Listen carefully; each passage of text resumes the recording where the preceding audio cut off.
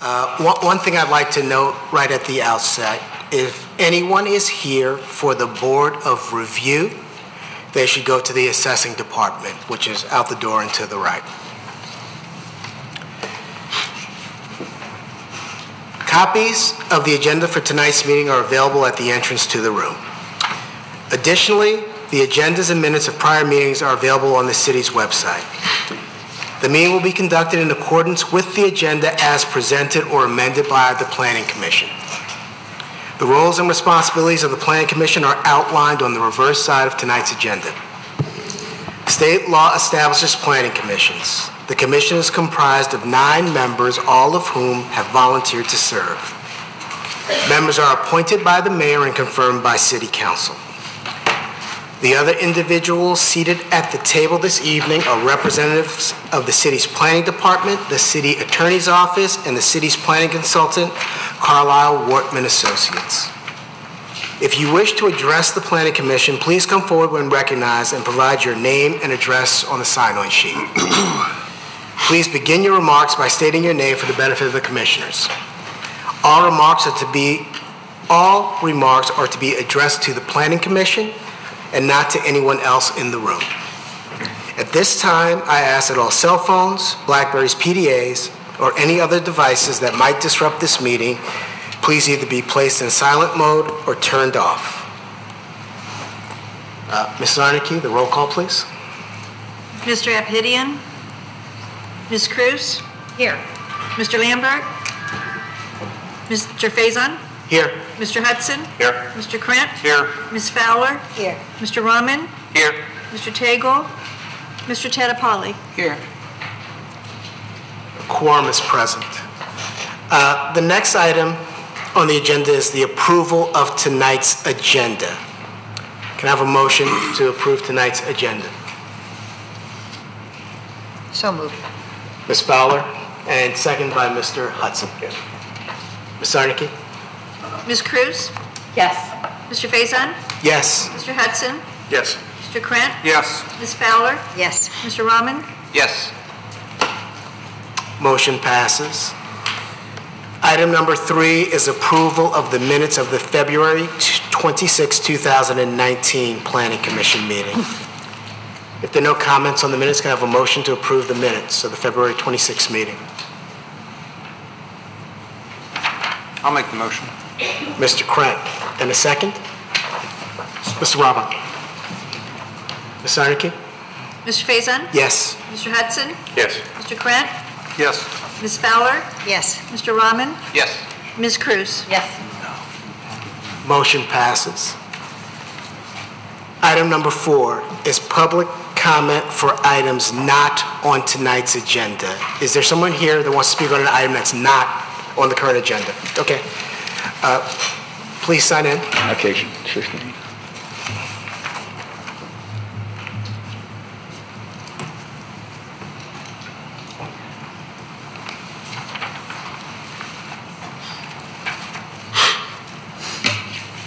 Thank you. My name's Tom Pakula, 25-year resident of Troy, and I assume all of you have got an issue of, yes, there it is, the parking on the lawn across my residence, and I've talked with the zoning department, and there's no rule against it. It doesn't violate a Troy ordinance, and I just wanted to throw it out here. I've been working with the planning department, the zoning guys, and they're aware of the situation, but there's nothing we can do about it, so I just wanted to put it in front of this group so that, next week I'm going to present it to the city council. And I guess Brent can tell me, I spoke with him earlier today and he said what can really be done about it. So I appreciate if you take over sure. now. Yeah, Thank Mr. Pakula and I had a very constructive conversation this afternoon. I think the picture's worth 1,000 words, and you can see that there's 3 cars that are parked on the lawn here. We don't have any actual ordinance against it. And Mr. Pakula sent some correspondence to City Council, and he suggests that the city consider amending the zoning ordinance to prohibit parking on the grass in front of homes. I suggested to Mr. Pakula that in my opinion, amending the zoning ordinance to take care of this issue is not the appropriate way to go. And the reason for that is, you're all aware that there's non-conforming status that property owners have. So theoretically, if a property owner is parking 3 cars on the grass today, and we amend the ordinance tomorrow, they have legal non-conforming status. They're grandfathered in, if you will, to park on the grass. And I don't think that, so this can continue for as long as they continue to park 3 cars in the grass. If the neighbor continues to do that for the next 20 years, the problem doesn't go away for 20 years. I think the more appropriate, more effective way to do this would be a separate ordinance, a standalone ordinance, or part of another, maybe a property maintenance ordinance or what have you, that's separate from the zoning ordinance that can address this. So personally, I thank Mr. Pikula for coming forward with this issue. I wouldn't want to live across the street from this situation, but he intends to go to City Council, and I'm sure City Council will provide some positive feedback. And as you're all aware, I take direction from the City Manager. The City Manager takes direction from City Council. So hopefully, Mr. Pikula, when you present this to City Council, you'll get some feedback from City Council, and I'll get some feedback from the City Manager. Thank you. Thank you for your time. Welcome. Is there anyone else that would like to speak tonight on an item that is not on tonight's agenda? Okay. Seeing none, I'll move to item number 5. And item number 5 is a public hearing. And a public hearing is an opportunity for residents to share their comments on a specific project with the Planning Commission.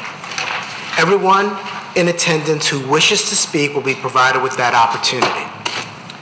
We appreciate everyone who's come out tonight to share their thoughts with the Planning Commission, and we view your comments as important. But before I open the public hearing, it's important to set some ground rules so there can be an effective and efficient public hearing. Please begin your comments by stating your name and address for the public record. Please address all comments to the Planning Commission. Please be respectful of the Planning Commission, the staff and consultant, the applicants, and those in the audience. This is an opportunity for residents to provide comment, but it's not a discussion or a debate. Additionally, it's a formal public meeting that should be handled with decorum and professionalism, so we ask that those in attendance refrain from talking, clapping, or cheering during the meeting. And finally, all comments in the public hearing this evening should relate to the item under consideration, and each speaker will be limited to 3 minutes. So with that, item number 5 is conditional rezoning, file number CRJPLN2018004. Proposed BGB luxury apartments west side of John R., north of Big Beaver Road, 1819 to 1929 East Big Beaver, and 3125 John R., Section 23, from MF, multiple family, to UR, urban residential zoning district. Mr. Carlisle. Thank you and good evening. Before I start my presentation, I want to just outline the processes of how this project will move forward. As the chairman noted, this is a proposed conditional rezoning with a site plan. Because it's a rezoning, the Planning Commission is only a recommending body on this matter. So tonight, the Planning Commission will hold a public hearing, and at some point, the Planning Commission will will forward a recommendation to the City Council. That recommendation may come tonight. However, it also may come at a future date once issues are addressed by the applicant. Ultimately, the City Council is the final approving body of this matter, and they will also hold a public hearing in regards to this application. But just for summary, I want to conclude that the Planning Commission is simply a recommending body in this application. For a little background, the applicant is requesting to conditionally rezone the parcel shown outlined in red. It's approximately 11.86 acres in area. They are requesting to conditionally rezone this from multifamily residential to UR urban residential. The Planning Commission considered this in a concept plan approximately about a year ago, this particular rezoning to this designation. I do want to note that that did include 4 acres of the rear yard of the San Marino Club. Those 4 acres have been removed from the proposal, so it's simply tonight in front of you the 11.86 as outlined in red. The site in question is located on the east side of John R., just north of the Kroger in Troy Sports Complex. For reference for the site plan, the buildings are outlined in blue. The applicant again proposes to construct 247 units. These are located in 9 separate buildings. Primary access is going to be off Nancy Bostic Drive. However, there is a secondary access that's located just behind the rear of the building for the Troy Sports Complex. Each building is 3 stories in height and 38 in feet. If you'll notice from the site plan, the stormwater retention facility is located in the southeast corner of the site, located, you can see my little mouse, located in this location. Adjacent to that is a clubhouse, and we do note that there are 4 buildings that run parallel to the northern property line, which is single-family residential, and then there are 5 buildings which are inset into the development itself. Currently, the site is zoned multifamily. To the north is R1D, which is single-family residential. To the south is the sports complex, which is zoned CB, or commercial business. To the east is R1E, which is currently the rear yard of the San Marino Club. It's also single-family residential zone. And to the west across John R is also R1E, single-family residential. In relation to the master plan, this area is located within the Big Beaver corridor study area. In that study area, it does talk about flexibility with regards to uses, including higher density mixed use, as well as residential towers.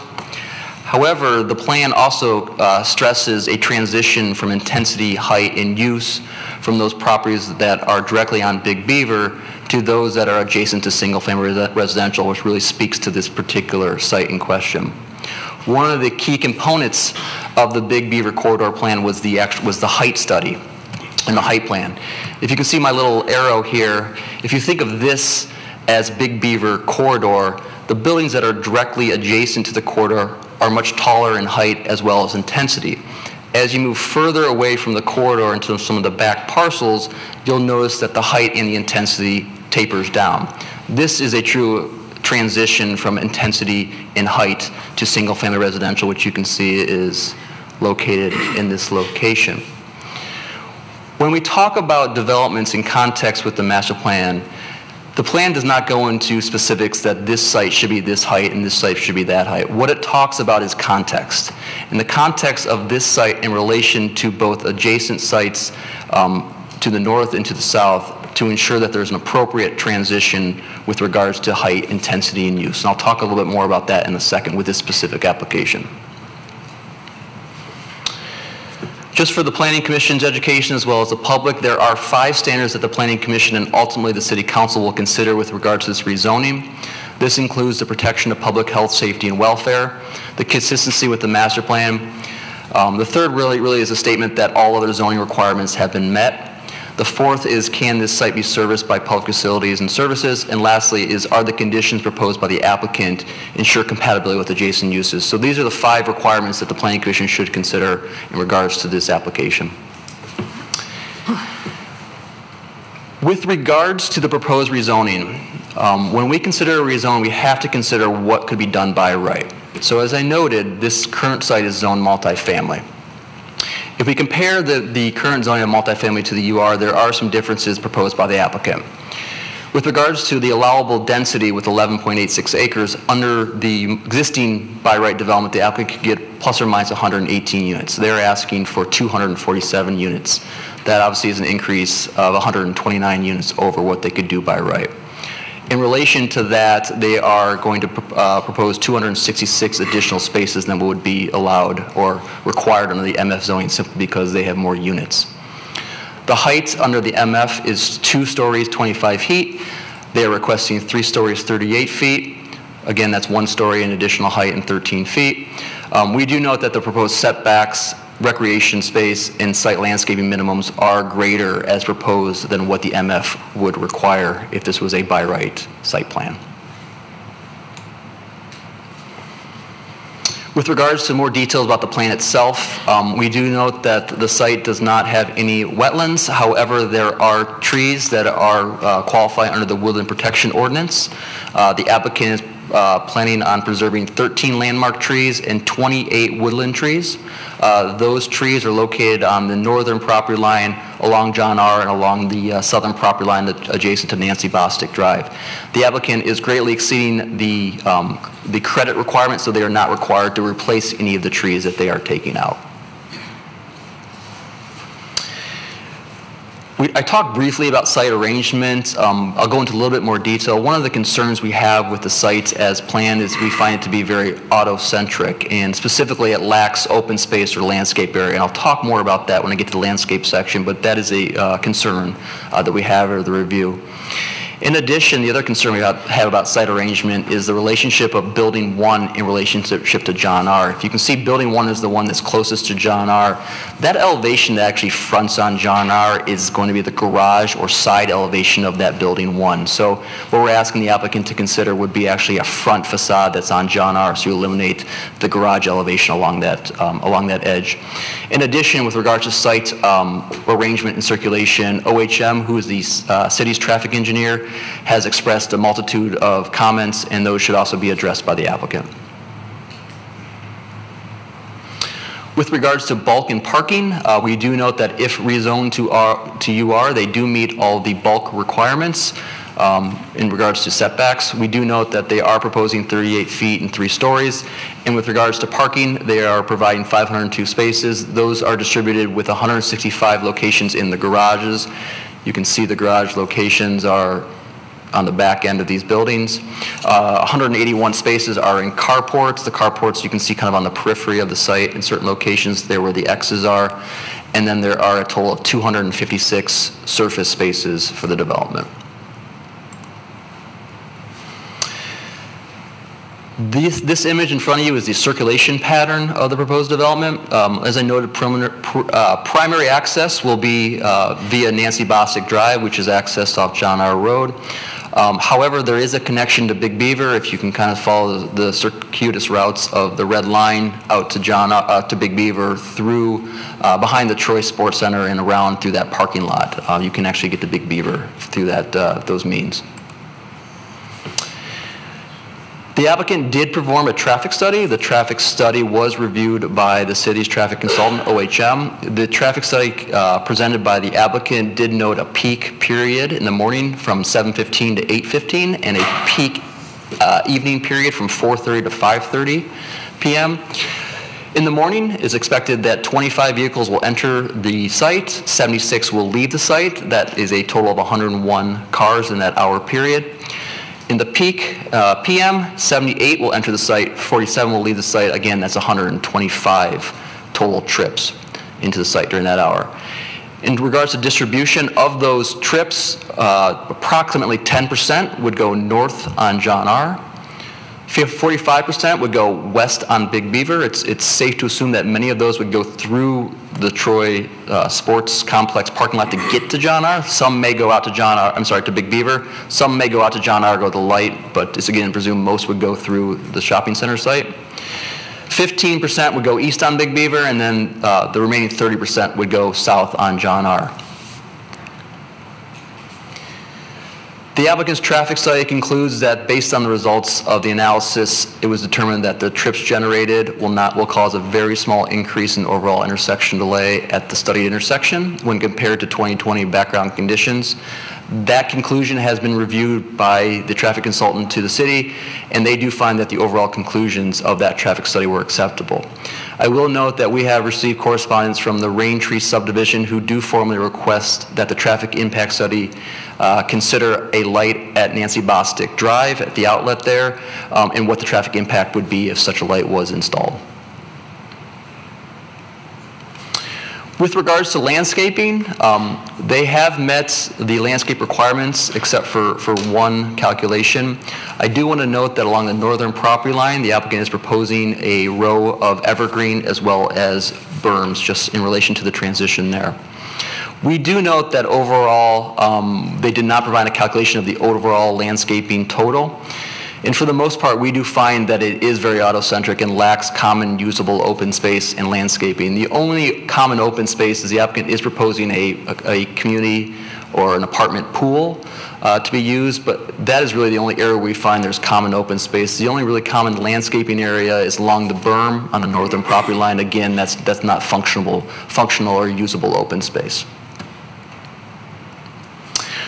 One of the primary discussion points that we have raised to the Planning Commission in consideration is that transition and buffer, especially along the northern property line to the adjacent single family. When we review a development such as this that's seeking a rezoning, we have to consider what the adjacent zoning district would permit. If you look at the differences between the UR zoning, which is what is being requested, and the R1D, which is what is to the north, you'll notice that the R1D is actually less permissible in terms of development, obviously. So it actually has less height and greater setbacks than what the applicant is proposing, and that's important to consider when we actually consider this transition. In consideration of the transition, the applicant has proposed a berm as well as a single row of 8-foot tall evergreens. We have considered both those transitions as well as the berm, and what we offer is some considerations for the Planning Commission to consider. The first in relation to that is we would like a perspective of the site from the northern single-family homes into the site to see what that elevation would look like with the berm and trees installed. Second, we have concerns that an 8-foot tall Norway single row of evergreens wouldn't be sufficient to properly screen that line. So what we're asking for is additional trees, including a double row, a staggered row of evergreens. In addition, we are requesting that, or considering that the berm and the evergreen should be installed prior to any vertical, basically any building going up. So that should be the first thing installed on site is the berm and the trees. And lastly, we do note that we are requesting that the Planning Commission consider and the applicants consider that reducing buildings 1 through 4, which again are adjacent and most direct to the single family, be reduced to match the height of the single family would be 2 stories and 30 feet. So that would be a reduction of height for those buildings.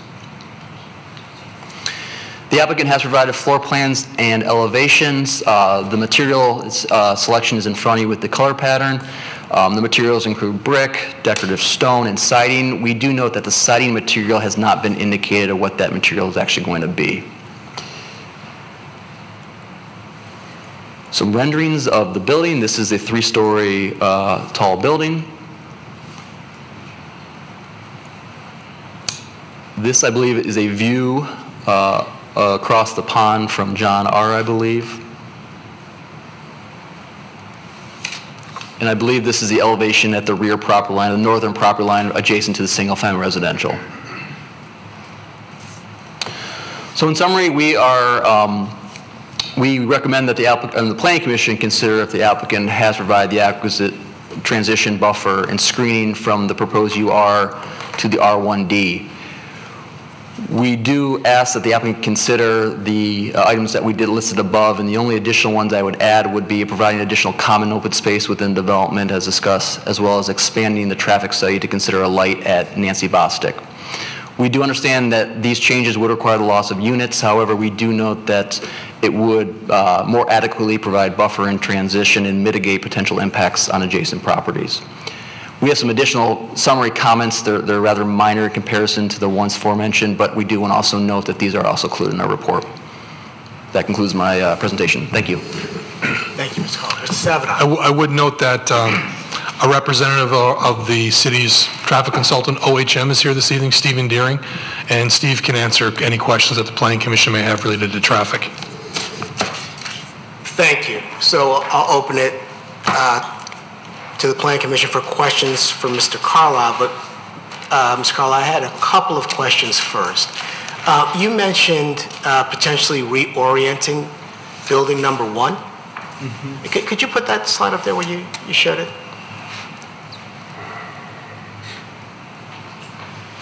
And is your view that that building can just be reoriented, or is it looks like it's too large to turn? Yeah,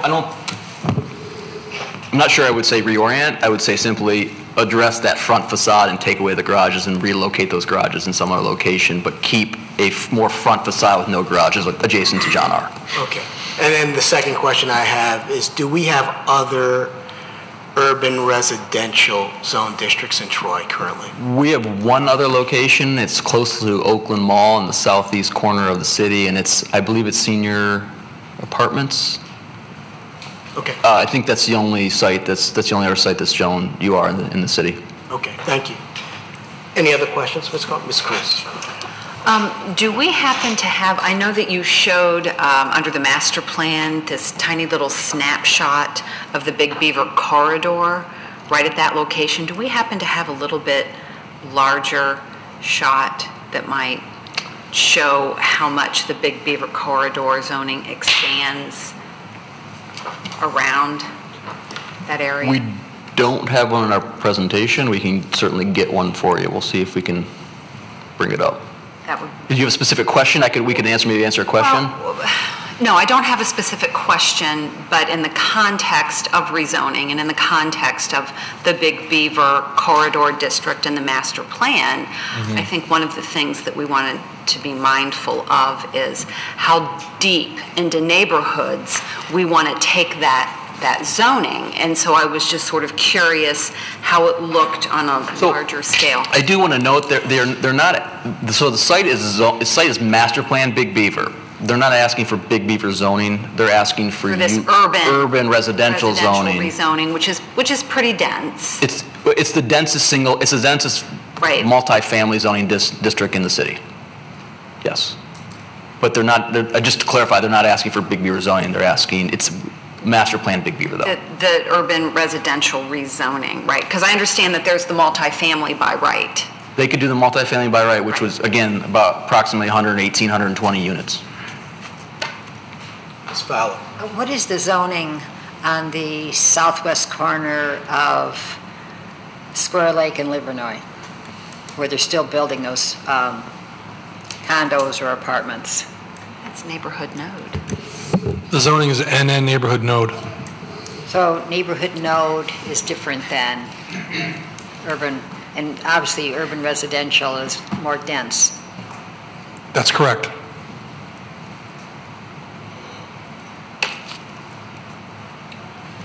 Mr. Carlisle, I think, I'm sorry. Mrs. Tattapelli. Coming back to the summary, you said something about reducing it to 30 feet. Is it the height or is that the area? So the recommendation to reduce it to 30 feet would be, sorry, wrong mouse, would be these buildings that are parallel to the single family. Okay, so if reduced, that would be creating more green space to the community. Well, not necessarily. What it would simply do would reduce the height so it would be less mass against the single family adjacent to it. To get more open space, arguably would be shrink buildings down or reduce the number of buildings, but not necessarily the height. Wouldn't have to do with more open landscape area. Thank you. Mr. Carlisle, I think you mentioned earlier that when we approved the concept plan, there were 4 additional acres on this site. Were there a different number of units? Yeah, I apologize for leaving that part out. Yes, when the Planning Commission last considered it was 15 acres, and it proposed 247 units in 9 buildings. So tonight in front of you is 11 plus acres, 9 buildings, 247 units. So basically it's the same number of buildings, same number of units, 4 less acres than what you last saw. So obviously less open space. Less open space and more density based on the number of acres. Within Yeah. within the space remaining. Yes. Ms. Cruz? Was there any discussion with the applicant about doing a cluster zoning? No? No. Cluster is really intended for single-family zoning. They already have multifamily. They could do it. I guess I'm just thinking it seems like such a shame that there's not more space, green space, more what you called shared things. Common open space. The open space, yes. And just a brief history. I'm not gonna name a date because I've forgotten when it was rezoned, but approximately 20 years ago, this site was rezoned to REC, which stands for Residential Elder Care, and the intent of that district was to allow for senior-type housing, at a fairly dense senior housing, but it was at a very kind of unwieldy standard. So I don't think we ever saw an application under REC. So in 2011, the site was rezoned from REC, again, which is multifamily, to MF multifamily. So it's been a multifamily type zoning for about 20 years. So the notion of a cluster never entered into our conversation because it's not single family zoned. So, do you have any record, like when it was converted to multifamily, why it was not considered as UR? I'm sorry, I didn't hear the question. Why it was not considered as UR at that time when it was considered to be a multifamily zoning? Because the MF district was at the time, so it was rezoned in 2011 when we comprehensively updated our master plan. We made a number of different zoning changes at that time. And at the time, it was felt that the MF district was a suitable transition between a very busy commercial center on the corner and the single-family residential to the north. We felt that REC wasn't working. It just wasn't, developers weren't even contemplating development under REC because it was very difficult to work with. So MF was a transitional district. UR is a very high, very dense district. The reason that they can even go before the Planning Commission at this location with UR is they're voluntarily limiting the height and the density of the development based on the conditional rezoning application. So it was discussed and it was agreed upon at that time to make it a MF. Yes. Any other questions? Mr. Salvador, I'll just ask your view. Should we have the parking consultant come up or the applicant come up at this point? I don't know if our traffic consultant really has anything to add. He's really here to answer questions and to clarify anything. So at this point, I think the applicant. I have one question for the traffic consultant. And Ben, can you put up the slide with the red line showing the cars, the paths into and out of the Good evening. My name is Stephen Deering, and I'm the practice leader for traffic for OHM Advisors. Good evening. So my question to you is that I have some concern about the cars that would be exiting the property and winding through the parking lot and going to Big Beaver from there. And it seemed like from one of the slides that there was a view that about 45% of the vehicles would be headed to Big Beaver. So I want to know if those 45% of those vehicles were going to be driving through that parking lot to Big Beaver. Not necessarily. It depends on, having arrived at Big Beaver, which direction, east or west, they intend to go. The traffic study done by the applicant, as reviewed by us, shows that there's a large amount of the traffic that would be exiting using the Nancy Bostic Drive, turning right onto John R. to go south to Big Beaver. At that point in time, especially if they want to go east, they would turn right or west and then use that first crossover, which is a signalized crossover, to be able to flip from westbound to eastbound immediately to the west side of the intersection with John R. So obviously, if you just want to go south on Rochester Road, using Nancy Bostic makes a lot of sense. If for some reason there's some backups there, going down to the driveway to John R. near the Walgreens also makes sense. If you want to go east, it makes more sense to get to John R. first and then use that crossover, because if you wind your way around the Troy Sports Center, but you still want to go east, you have the benefit at that western driveway of Big Beaver that it is signalized, but you have quite a distance to drive to the west to get to a crossover that will flip you around. And most of the other crossovers to the west of this site are not signalized. So it makes it more difficult to find the gaps, especially during the rush periods of the day. So we look at a relatively small percentage of the total population in this site that really want to go west on Big Beaver. possibly because they want to get to the interchange with 75. They really want to go north on 75, something like that. And so those are the most likely users to work their way through the site around the sports center. I asked the question because there's a table in the presentation that says 45% of the trips are going to go west on Big Beaver. And I would assume if you're going to go west on Big Beaver, the most direct route you would take would be through the parking lot. Well, again, it kind of depends on which building you live in. And we would think that like buildings 1, 2, 9, I think is right next to the clubhouse. Those buildings might find it easier to just go straight to John R., right turn on John R., right turn on to Big Beaver. Those are all relatively easy moves to make, and you're on your way. If you live on the west side of the site, yes, it probably would make more sense to go around and behind the sports center. And I just had one additional question. I mistakenly referred to you as a parking consultant. You're a traffic consultant. And you're discussing the traffic on the roads like John R. and Big Beaver, eastbound and westbound. Do you look at the parking lot, the activity in the parking lot, and the incremental activity in the parking lot that could be caused by vehicles entering and exiting the property through the parking lot? Within the context of us doing our site plan reviews, we focus on all of the traffic-related issues, including parking. We did not focus explicitly on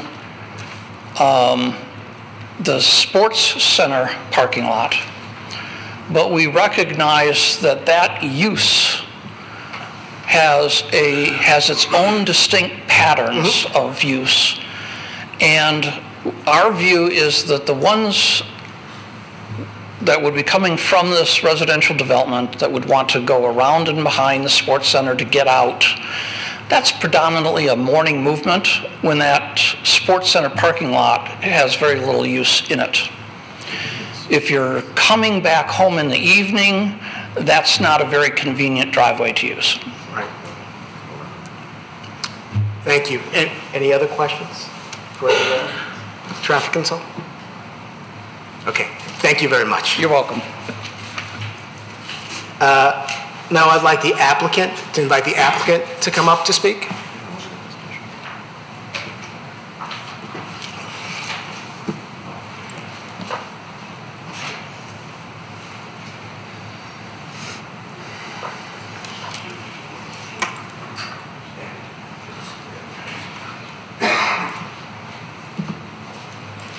Good evening, ladies and gentlemen. Thank you for having us. My name is Dennis Bostic.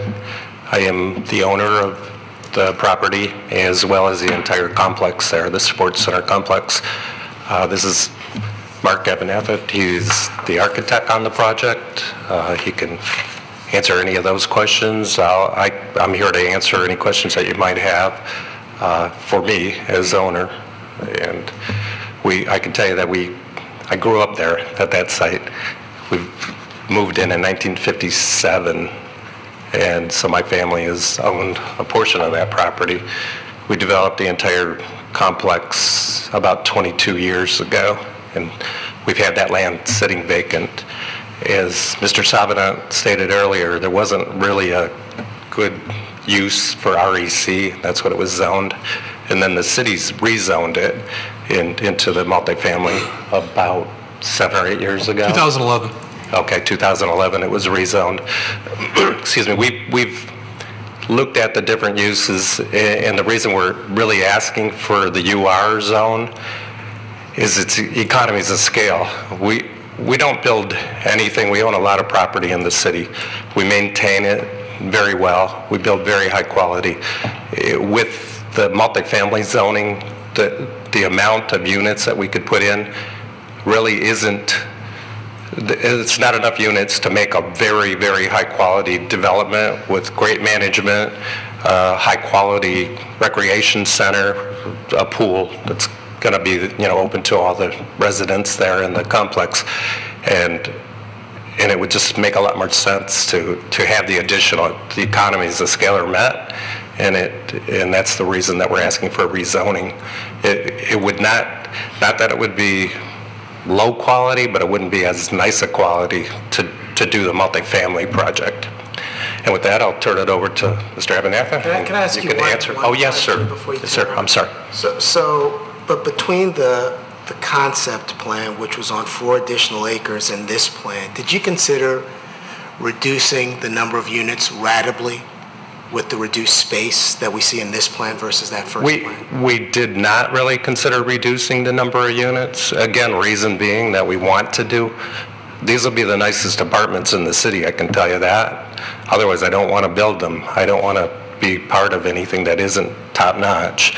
And it takes that many. You need to be around that 250 mark to have high quality management and high quality amenities. And that's the reason that we still wanted to keep that.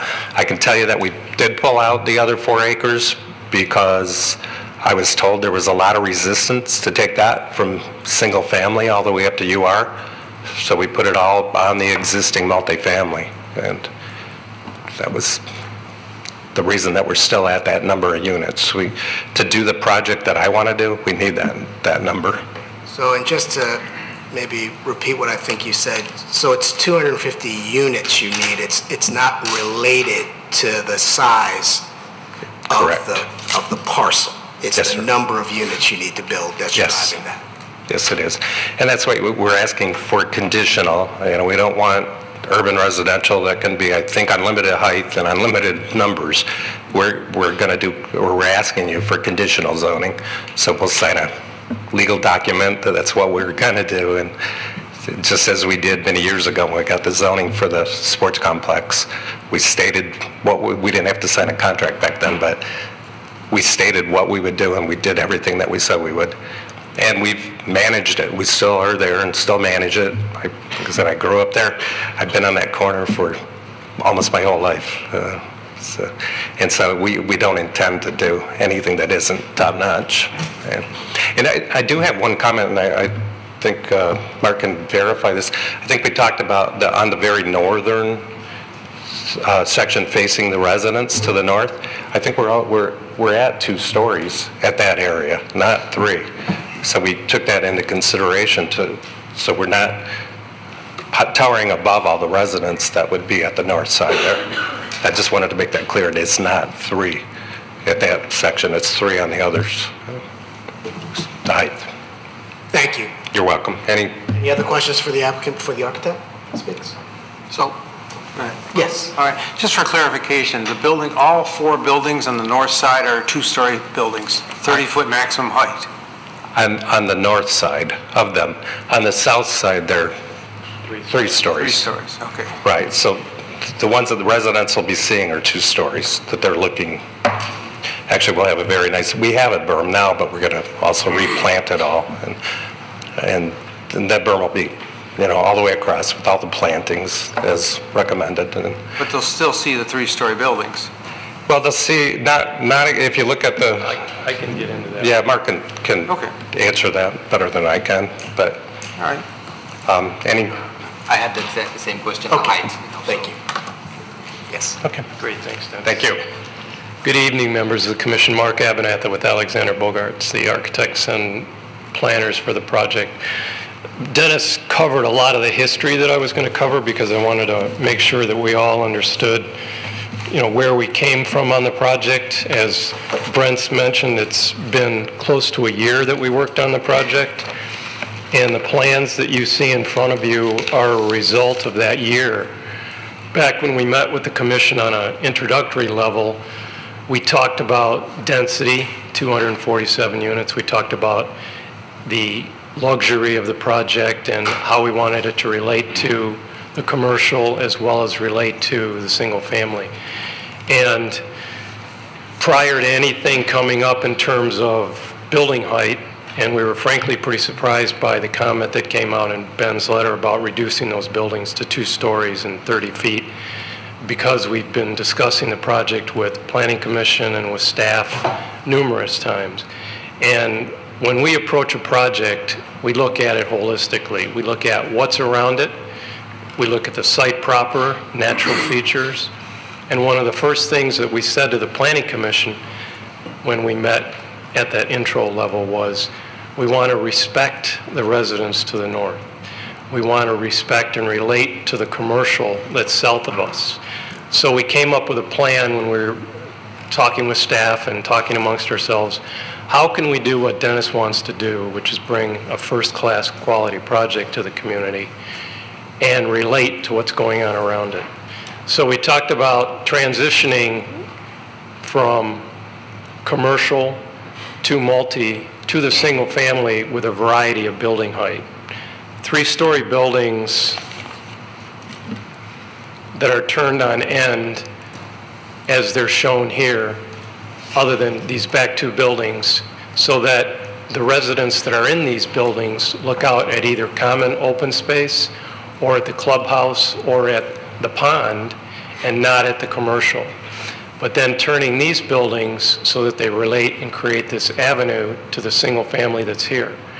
The fronts of these buildings want to be 3 stories because these buildings are 3 stories. Architecturally, you don't want to step down to a 2-story facade, and I'll show you those facades. They want to relate in mass to these buildings. But on the back side of these buildings, they want to relate in mass to the single family, which is what they do, which is what we brought to the table as one of our conditions. As part of a conditional rezoning, you have conditions. The first one is luxury, and I'm going to go through the materials. Creating an architectural design that relates to what's going on around it, but also relates to the market. We've done a tremendous amount of research, and over this year's time, we've actually increased the size of the units through additional market studies and additional input. So that's why, aside from input from the community and the residents, the plan is where it's at right now. We had talked about one time, the plan you saw, the clubhouse was more centrally oriented in the plan, and it had a park area here with some input from the planning staff and from their consultant. They suggested moving it out towards John R. in this general location.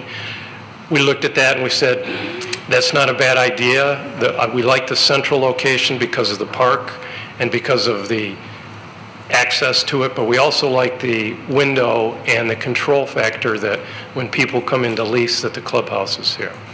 The other big thing was, as Dennis mentioned, we had the project spread out down here, and we got a lot of negativity from the residents. I'm not sure I understand why, because of the way the plan was laid out, we had a lot of buffer and a lot of transition to those residents, and we respected them. But as part of the whole process, our team and listening to the community and listening to staff and to the commission, the plan in front of you is why it is here, because of the comments we've got and then our intuition as to how the plan should go together. So that's just a little bit of history for the project. Could you go to the, there you go. This is a shot of looking if you were on John R. and you come into the project. This basically would be your drive approach over here. You're looking across this beautiful pond. We took what would be a normal detention pond, and we're going to put water in it. We're going to put a water feature in it. We want this to be an open space and part of that area that the residents will recreate around. We've created an area here where people can come out. There's benches and enjoy whatever waterfowl or the views that are out here directly adjacent to the clubhouse. You can see the architecture obviously is in scale here, is single story, and then you can see the architecture here, as I'm talking about, is 3-story and back behind 3-story here. Could you go to the next slide? This is the front of our 100 building, as Ben mentioned, across the pond. What we've tried to do with this architecture, and we mentioned this early on, is I call this transitional architecture. It's not classical, it's not a traditional, and it's not contemporary, but it's designed in its details so that it relates to the commercial and to the residential behind. It has details such as the traditional gable, but it gets into high flat roof details, these large panoramic triple glazing details, which are not inexpensive. but have a lot of natural light that will open up to the wide open floor plans that we have. So all of those different details are what I fold into what I call transitional. It also has sunscreen details with punches of color. We've varied the materials from some of the decorative block to brick. We have vertical siding and we have horizontal siding. We have cantilever details that punch out of panel details. As Dennis said, this project is not an inexpensive project to build. Ben asked what the materials are. We're talking about these panels, anything that is not masonry, these panels are a hardy panel. The horizontal and vertical panels we're talking about as being hardy. They're either going to be vertical or horizontal. So you're talking about a cement-based composite siding that is durable and also a more expensive, higher quality product. Could we go to the next? This is the rear of the building. This is something that we had discussed early on and offered as a relationship to respecting the neighbors to our north. We even designed the detail on this. This is all basically two-story detailing here. These are actually shown so that they look like homes and are broken up with these elements here so that it almost has a feel of a single-family residence next to another single-family residence next to another. You can see we don't really have as many flat roof details here. We don't have any of our sunscreens here. And that was done purposefully to relate to the single family. We didn't do a rendering with trees all along the back here to show the residents what they weren't going to see. We wanted to show them what they are going to see if they get peeks through at different locations or happen to be walking where they might get a look, so they understand what's going to be behind them. I have a cross section, I'm going to talk about that. One of the other things that the commission asked us to do when we met early on was we walked away from that meeting feeling like you liked the project or were excited about the project, but you wanted us to go and talk to the residents. We had a meeting with the residents. Dennis opened up his large conference room at the Troy Center, the skating rink, and we invited a number of people to come to that. We got a good turnout. The whole team was there. The traffic consultant was there. Our engineer was there. We answered every question from schooling to traffic to materials. And what started out as a pretty negative connotation about the project, low income, turned into nothing but compliments out of most of the people I spoke to that attended that meeting. So we did our due diligence there and met with the residents. It wasn't until after, and I'm not sure where the resident outcry came from about the parcel to the west, but Dennis, being listening to what the community wanted, he said, that's fine, I'll pull the density off. But as he said, it's critical when you do these projects, you have to be in that density range that we're looking at as the minimum in order to get the project to where you can actually have it function. Can we go to the next slide?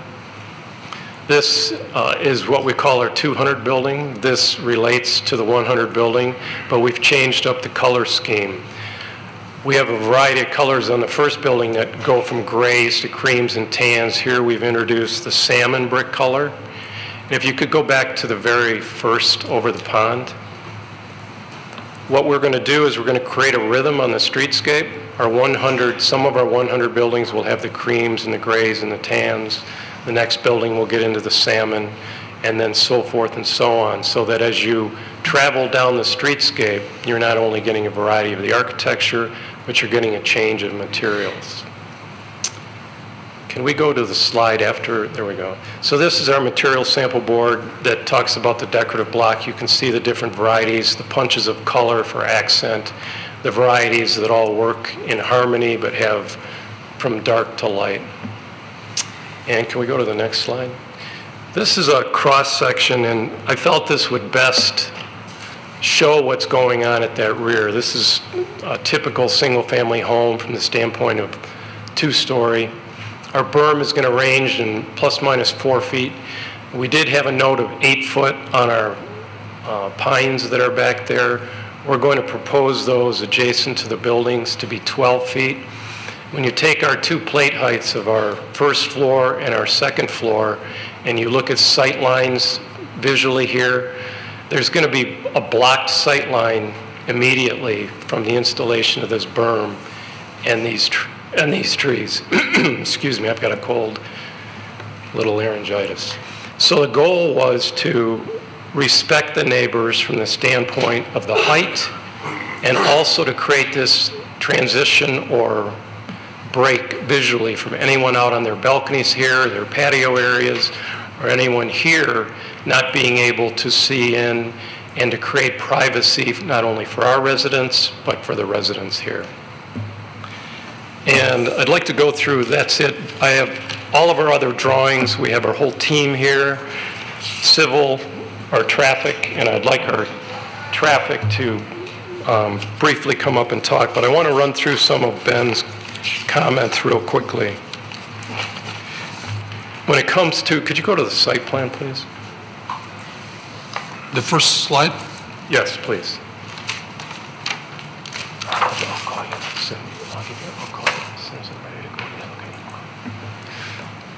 This first comment that's on page 9 of Ben's report right here with the parking, obviously what we were trying to do is get as many garages. These buildings, one of the other luxury aspects of this that a lot of multifamily don't have are garages.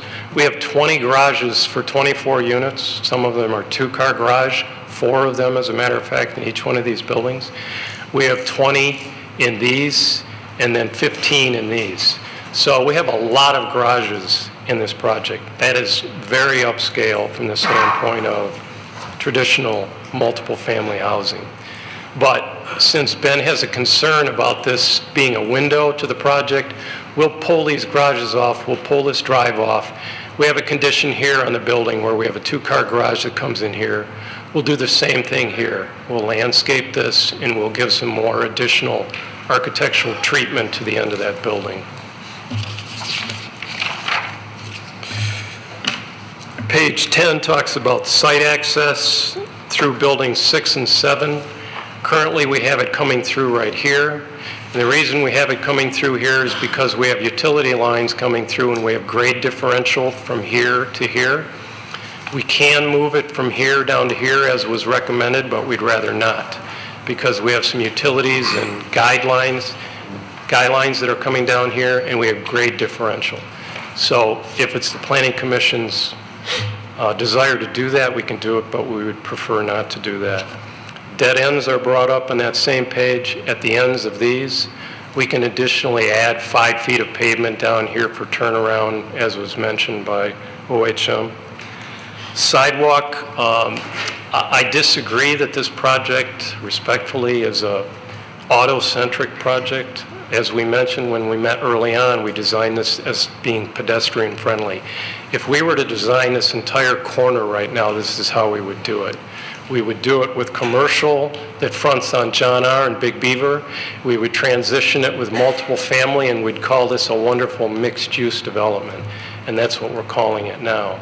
And we would have connectivity with walks that would connect not only interior but to the project, which is what we do. You can see our walk network here. We've actually put a connectivity through here because there's not good walk connectivity here. And we've run walks all the way across here, tapping through to hit those walks in here so that you can get anywhere on this site, either to the clubhouse or connect through here and here to the walk network that's in the commercial. So if you live here, which is one of the reasons why you want to live here, is you can walk to the restaurants or you can walk to groceries. We believe a lot of the people that are going to live here are going to be active with the ice rink, and so that's another positive thing. There was something about losing 7 parking spaces here noted. We don't believe that that's going to impact this center at all in terms of parking. Carports, this is just a quick picture of the carport I'll circulate.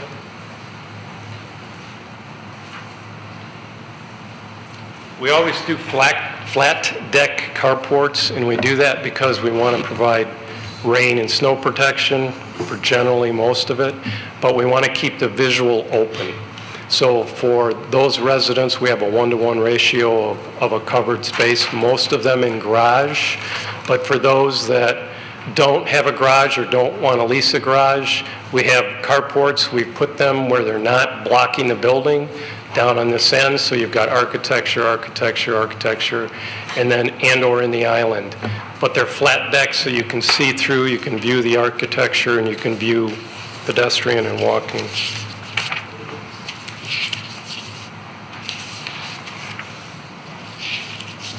Bicycles were mentioned. We have no problem adding bicycles. That goes into the whole trend of people walking to work, biking to work, those types of things. So we'll definitely add some of those and work that out with staff. I'm going to ask Matt to come up and speak briefly about traffic right now and our thoughts on traffic and what he picks up from the letter that came from the residents as well as OHM's report.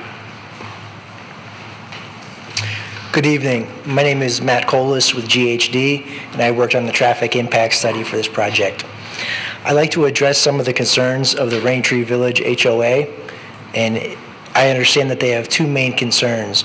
The first concern is it's a traffic signal being installed at the intersection of John R. and Nancy Bostick Drive. And I'd just like to say, as part of this project, there is no recommendation for a traffic signal to be installed at that intersection. After further discussions with the city's engineering consultant, no mitigations are required at that intersection. The second concern was that the only intersection along John R. Road that was included in the analysis was Nancy Bostick Drive. And the reason for that is that the project intersections to be included in the study were determined by the city's consultant, OHM, and that the site traffic will have very little impact on the roadway north of Nancy Bostick Drive. As was shown earlier, only 10% of that site traffic is estimated to come from that road. And that's all I have. Thank you. Thanks, Matt.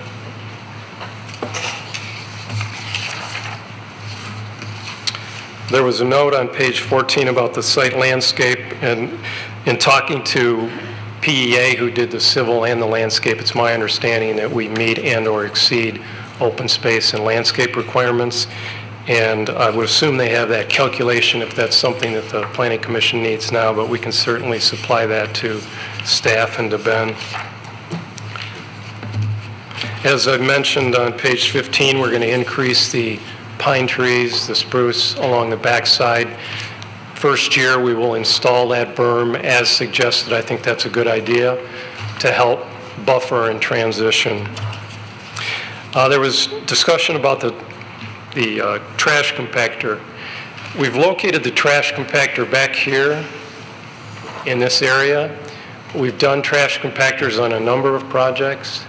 We like to eliminate having trash receptacles spread out through the site, because when you do that, you end up with more areas of maintenance. Sometimes the gates aren't shut properly. They become a nuisance. So we felt it's much better to go with a compactor. There are other projects that we've run through the city in very similar circumstances to this in terms of their location. They want to be put in an area where they're not on top of the building. Normally people were going to do something special here. Normally people would put the trash in their car, run it down there on their way to work, or whenever need be. If they live closer, they would do that. We're actually going to offer a valet service here where we're going to pick up from the buildings. People can keep them in the garage or in their unit or call when ready. So we're going to pick that up and have that delivered to that trash compactor area. I think that's a much better solution than having individual trash enclosures to spread throughout the site, or to even, there's not really a good location to centrally locate it. And as I said, in other projects, we don't centrally locate it. We put it in a location where it's away from the buildings and it can be screened.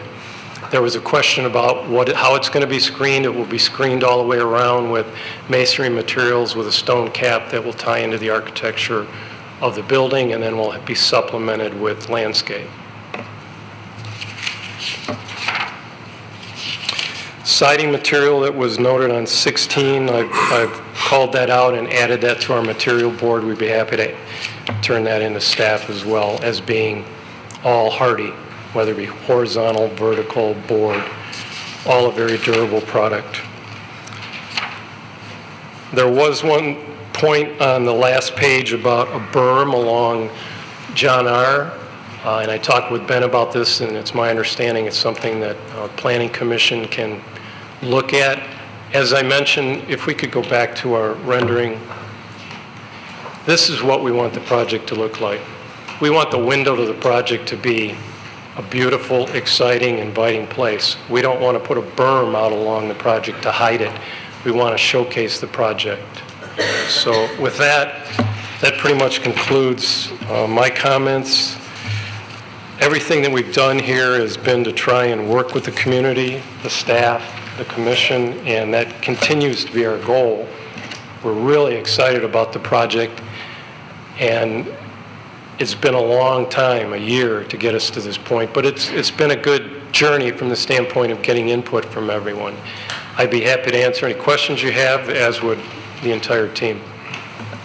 Does anyone have questions for that? Mr. Quick one. So you're proposing 247 units. Correct. And how many garages? I think Ben had that stat up. Let me see if I can pull it up quickly here.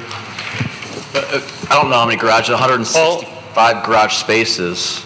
Yeah, as I mentioned, just to put it in context, what we call our 100 building, which is this building, there's 24 units and there's 20 garages in it. The other buildings have 30 units and they have the majority of them have 20, and then some of them have 15, where we're on the ends. If you could go to the site plan again, where we're on this end here where we wanted to keep this green and have this walk connectivity that I talked about, so we don't have garage apron here. So we're losing those garages on the ends of the building. All of the others where you see these garages on the ends are 20-unit buildings. That's a very high number of garages. That's getting towards condominium level garages. So I know the stats are on there, but if you could just let me know and so how many are covered parking? Not the garages, but how many? We have one-to-one covered is what our goal is. Okay, so every person will have the opportunity to have a covered space, either a carport or a garage. Correct. Yes. Ms. Cruz. You talked about having a valet service for trash. Correct. To take it to the single site where you have your trash enclosure. Correct. Are you talking then about there will be a trash day where like people would bring their trash out for the valet service to pick up? That is to be worked out. Yes, we're correct. Being able to pick up the trash so that people don't have to worry about taking it down if they don't want to drive down or don't want to walk down. It'll be whatever the pickup is, however we work that out. That's the goal of Dennis. That's part of the high-end luxury that's just not done in apartments. Would that also include recycling? Yes, we have recycle bin right next to the trash. Correct. We have a recycle bin right now that's right here adjacent. That's it right there. So I guess my question is, if I live there and I know that the valet service comes to get trash on Wednesdays, say, I can put my trash and my recycling, I would have like a bin? That's to be worked out, yes. That's the goal. Okay, but not yet cemented. No, we are going to have that service. How the frequency of that service and exactly how that service will work, we will get you those details. Thank you. You're welcome. Any other question for the applicant? All the buildings are identical, right? I'm sorry? Other than the garages, all the buildings are identical? Overall size-wise, height-wise? No, they're not all identical. We have 3 different building types. We have our 100 building, which is here, right, which has a 3-story front and a 2-story rear. But that's just a the look, the building itself is 3-story. No. Could you go all the way to our architecture? It's right after the section. It gets into the architecture.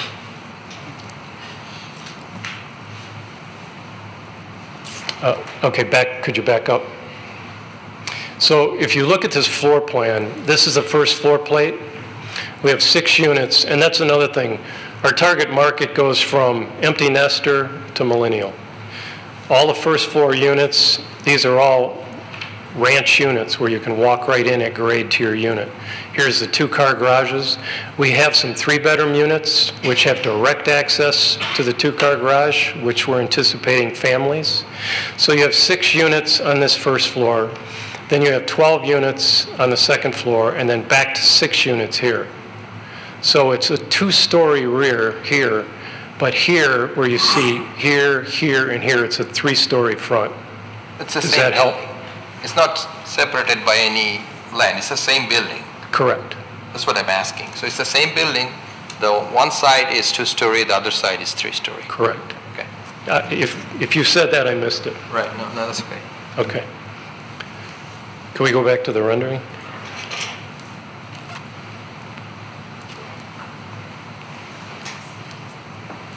Other questions?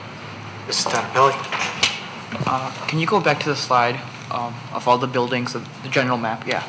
So you see the neighborhood right across the other side of the apartment area. Mm-hmm. On the back of those apartments, are there windows that face the subdivision? Yes. So how are you going to do stuff with privacy and everything between each two? Could you go to our site section? Can you go to our site section? Site section. The berm? With the berm and the... Oh, I'm sorry. Correct. There you go. So as I was explaining in this is the detail between the back of our 2-story building and the rear of the 2-story of the houses. We're proposing a 4-foot high berm, and as was mentioned, the planning consultant talked about 8-foot high pines. We're going to put 12-foot high pines. So when you're in our plate height, if you visualize this person in scale and you move them up here, even when you're on your 2nd floor balcony or you're in your 2nd floor living room, your sight line is going to be totally blocked. So that's how we want to create privacy not only for our residents when they're on their balcony and in the back, but also privacy for the existing single family. Thank you. Take another. Mr. Krent? Okay, so with that slide up, is that a typical arrangement of evergreens and deciduous trees that will be actually installed? I see 5 trees in a cross section. So if I look through a cross section of your berm, I expect to see 5 trees in different across that berm. Well, as was mentioned, we're going to stagger those the way Ben talked about. So you're having alternating as you go across. And then we also have trees that are potentially in the rear yard. This is basically a graphic to show this height in this berm. It wasn't intended to say that this exact tree location matches our landscape plan, if that's your question. So will it be a mixture of deciduous and conifers? Mainly across the top of the berm is going to be pine. Okay. So that it creates a dense screen all the way across. I understand. I'm glad. But that's not going to be our only tree. Our goal would be to have Does additional... it show anything on your drawings of what are pines, what are deciduous? Yes, and that's all. Varieties? That's all shown on the landscape Okay, plans. thanks.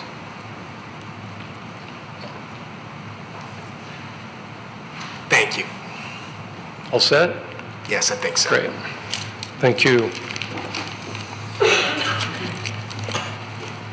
Okay, so if there's nothing else, now I'd like to open the public hearing and invite people up to speak on the project. Just a reminder that we're limiting comments to 3 minutes per individual, but sir, please.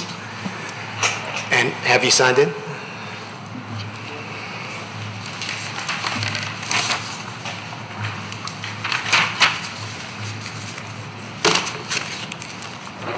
When are you running the timer? I'm going to wait till he starts to speak before Understood. I just wanted to make sure. Craig Chamberlain, speaking tonight as the current president of the Raintree Village Homeowners Association. Brent's going to advance the slides for me. We'd like to talk about the traffic impact study, the purpose of which is to assess the traffic impacts to area roadways and intersections resulting from the proposed John R. Commons development. Let's look at the adjacent subdivision and the square mile northwest of the development. 810 of those homes are the Raintree Village subdivision. The southeast part is the original Raintree Village sub number 1, which, as previously mentioned, is zoned R1D. So there is some density there. Only 2 streets exit to the east to John R. Road. They are North Lake Drive and Crimson Drive. Crimson is close to Nancy Bostic Drive. The other exits from Raintree Village are to Wattles and Rochester Roads. There are no exits to the south. Up at North Lake, it is wide enough that cars lined up to turn left onto John R. don't block cars turning right. This intersection will soon have more trips from the 59 homes currently under construction for the new Raintree Village on the Park subdivision. Crimson is a regular width street. Turning left onto John R. is sometimes a challenge, although clearly not at the time of day that the satellite takes pictures. But during peak periods, southbound traffic on John R. stopped at Big Beaver often backs up to Crimson. 2 miles to the north, John R. is being widened, so there might soon be more traffic on John R. Lane closures on I-75, while it is being reconstructed for the next 2 years, will also put more traffic onto nearby roads like John R. There is a likelihood that a traffic signal will need to be installed at Nancy Bostic Drive at some point in the future. In the interest of safety, there may be more need for a crosswalk for pedestrians going to Kroger or Baker Middle School or going in the other direction to Beaver Trail Park and Barnard Elementary. When Rochester Road was constructed to the west, pedestrian crossings were an important design consideration. Not considering walkability and the need for pedestrian crossing at Nancy Bostic Drive and Orpington Drive would be an oversight. Resolution justification number 4 says that the development will not unreasonably impact surrounding traffic. If a traffic signal at Nancy Bostic Drive makes approval of the request possible, the impact of that signal on Raintree Village and traffic exiting the subdivision to head north or south on John R. should be included in the scope of the traffic impact study. That would be consistent with the purpose of the study and would be good planning. Thank you. Thank you. Mr. Chairman, he was 2 minutes and 59 seconds. I was very impressed as well. He covered a lot of ground in 2 minutes. Is there anyone else who would like to speak?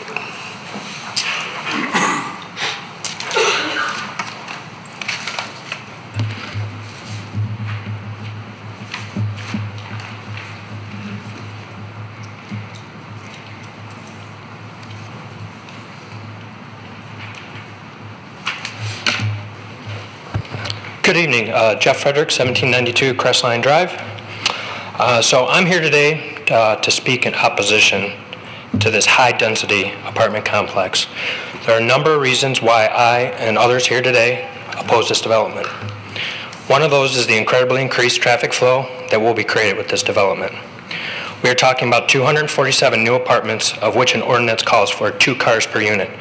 This is nearly 500 new cars traveling in and out of an already congested shopping center. I know a traffic study was done, but proposing traffic flow to travel through parking lots and alleys to reach Big Beaver seems not only unreasonable, but also a very high safety concern for pedestrians that are frequenting these stores.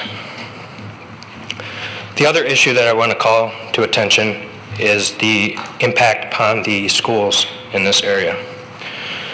So I had personally served on the FST AARC, which was the Facilities Studies Team Attendance Area Review Committee as appointed by the Troy School District.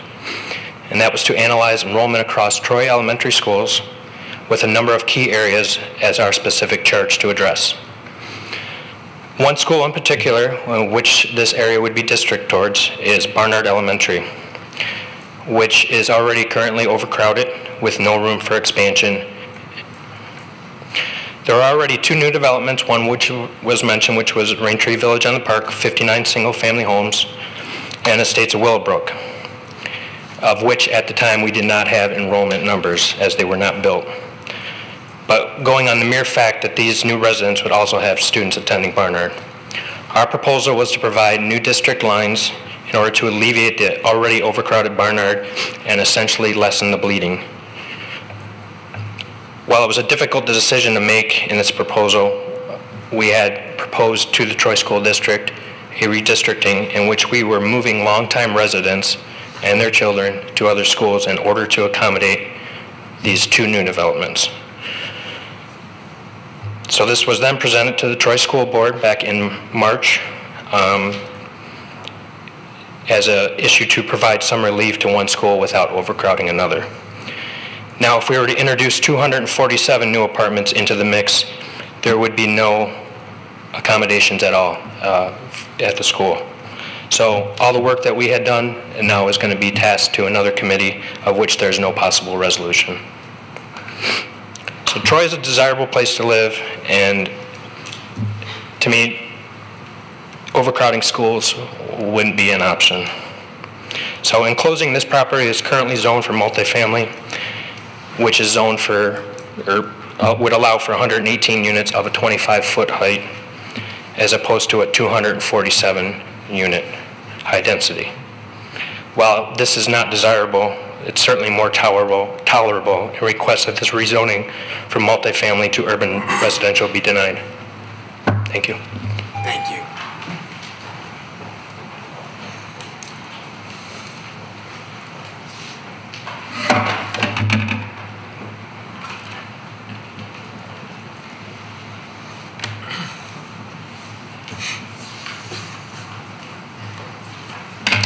Hello, my name is Jody Fisher. I live at 2221 Traverse. To the Planning Commission, I am here this evening to express my opposition to the proposed rezoning of the Bostic property to urban residential. In talking to many people in the community, I'm confident I speak for others who are not here that we do not feel the proposed development is a good fit for our community.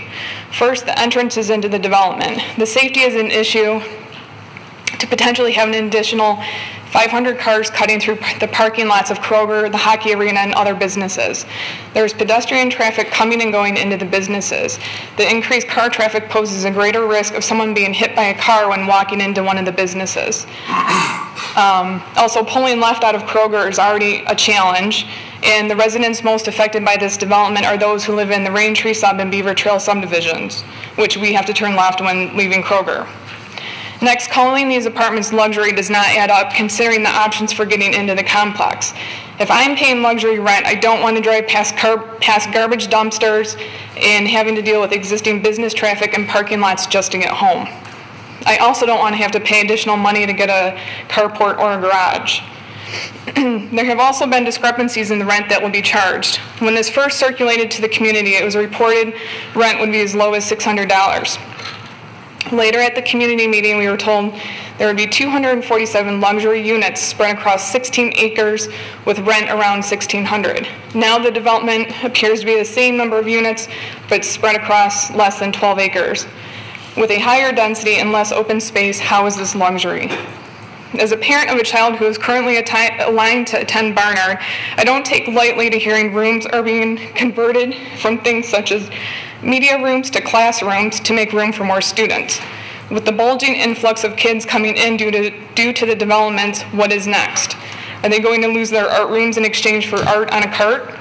I think we can all attest that as kids, leaving our classroom to attend gym, library, art classes, and music classes is a good memory we have and something we need to fight to keep for our kids. As a planning committee, I understand it's your role to keep the city thriving and developing. I beg to differ that approving this rezoning will fit into the profile of our community. It would be a disservice to the city to not consider the existing Troy population. I understand you may have a vision of expanding beyond that, but you cannot just completely disregard the residents of Troy that have helped make this city the appealing city that it is. People move to Troy because it is family-oriented with many parks, great schools, shopping, and restaurants. An urban residential high-density apartment complex does not fit. I have not met one family in the city that is honestly okay with this idea. We understand development in the city will occur. We also strongly believe that this does not fit our community. I urge you to put yourself in the shoes of the residents. I'm almost done. To put yourself in our shoes of those who live in Raintree and Beaver Trail. And just one last thing, we did an online and a paper petition. We understand they're not legal binding documents, but just to give you an idea of how many people are against it, in between those two documents, we got 430 signatures of people who are against this. Thank you. Thank you.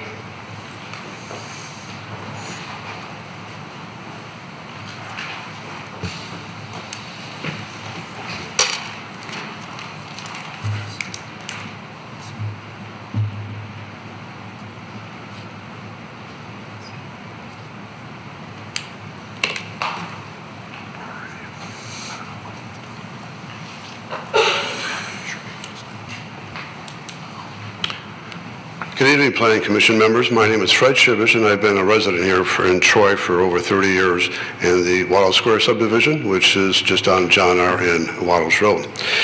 It seems to me over the 30 years that Troy has lost its vision in terms of what Troy has always touted to be about. That is single-family homes. By far and away, this is not what I consider to be a continuation of that vision. Going from a two-story to a three-story to me is absolutely appalling. We already have an eyesore on Rochester Road with the allowance of the storage space that was allowed to go up as 4 stories. And I think everybody here recognizes that was a mistake because now that has been changed to make sure that nothing is more than 3 stories. Well, 3 stories in a residential area to me, again, is really out of the question. If you think about what they're trying to do with the trees, okay, as far as protection from eyesight, just remember that if you're going to put in some type of spruce or something like that, they're cone-shaped. So how are you going to black out the vision with all those? It'd be impossible. You're going to have all the spaces in between the top. So their sight lines are considering the fact that they're looking through the trees. What about the space in between the trees, okay? Third, the traffic. Everybody's talked about traffic. If you put in that type of access and egress going into the Kroger area and that area, people by habit are going to take the least resistance path. And in Michigan, the car pedestrian accidents have gone up tremendously. So we're going to have traffic going through Kroger's and that whole other area with pedestrians walking there. You're asking for trouble. As much as I'm against site condominiums, okay, because of the setbacks they've developed, and they've already talked about some of the new houses that are going to go up in the Raintree subdivision, site condominium would be a much more preferred situation in that area than anything else. Why not? We're doing it all over. We just did it at Wattles and John R. They're doing it in the Raintree subdivision. We did it on Wattles between DeQuinder and John R. So my feeling is, I think if the Planning Commission makes this recommendation, they're truly making a mistake for the citizens of Troy. Thank you very much. Thank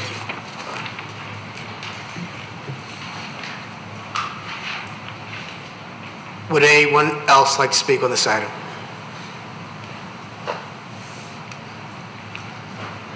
Hello, my name is Alex August. I also live at 2221 Traverse Drive in Troy. And I've been a resident of Troy for 12 years.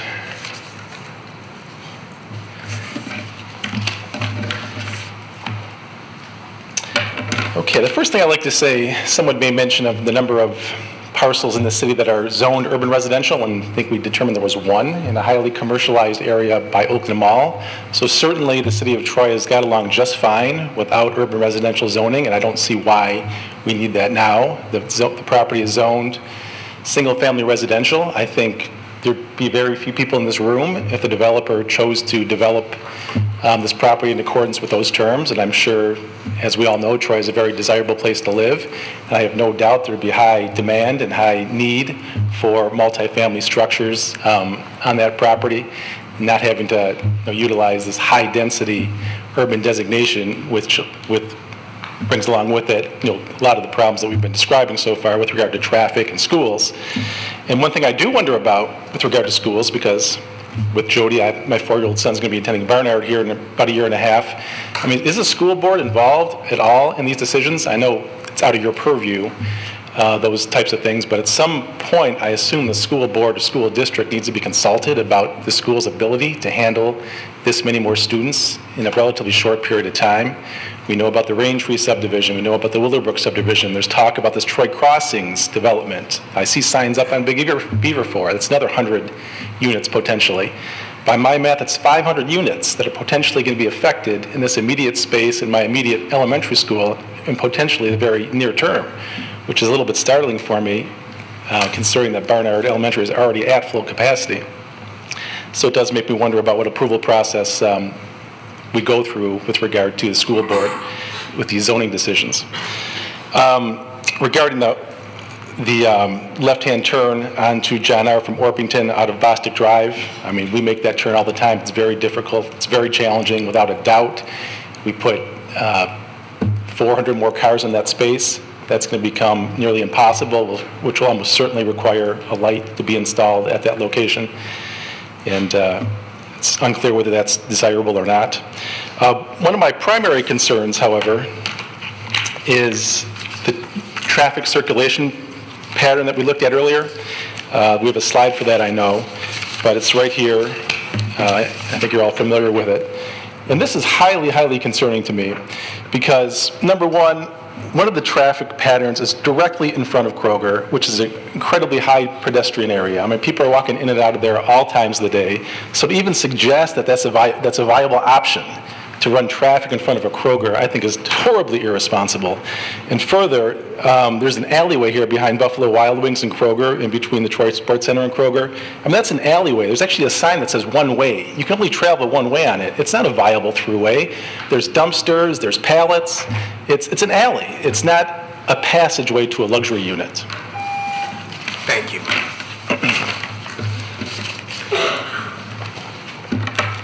Thank you.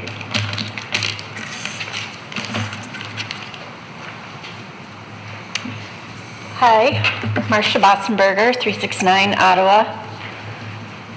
I just have to comment, and I'm sure you're even saying, kind of scratching your head, at least I hope you are, about the traffic going through Kroger.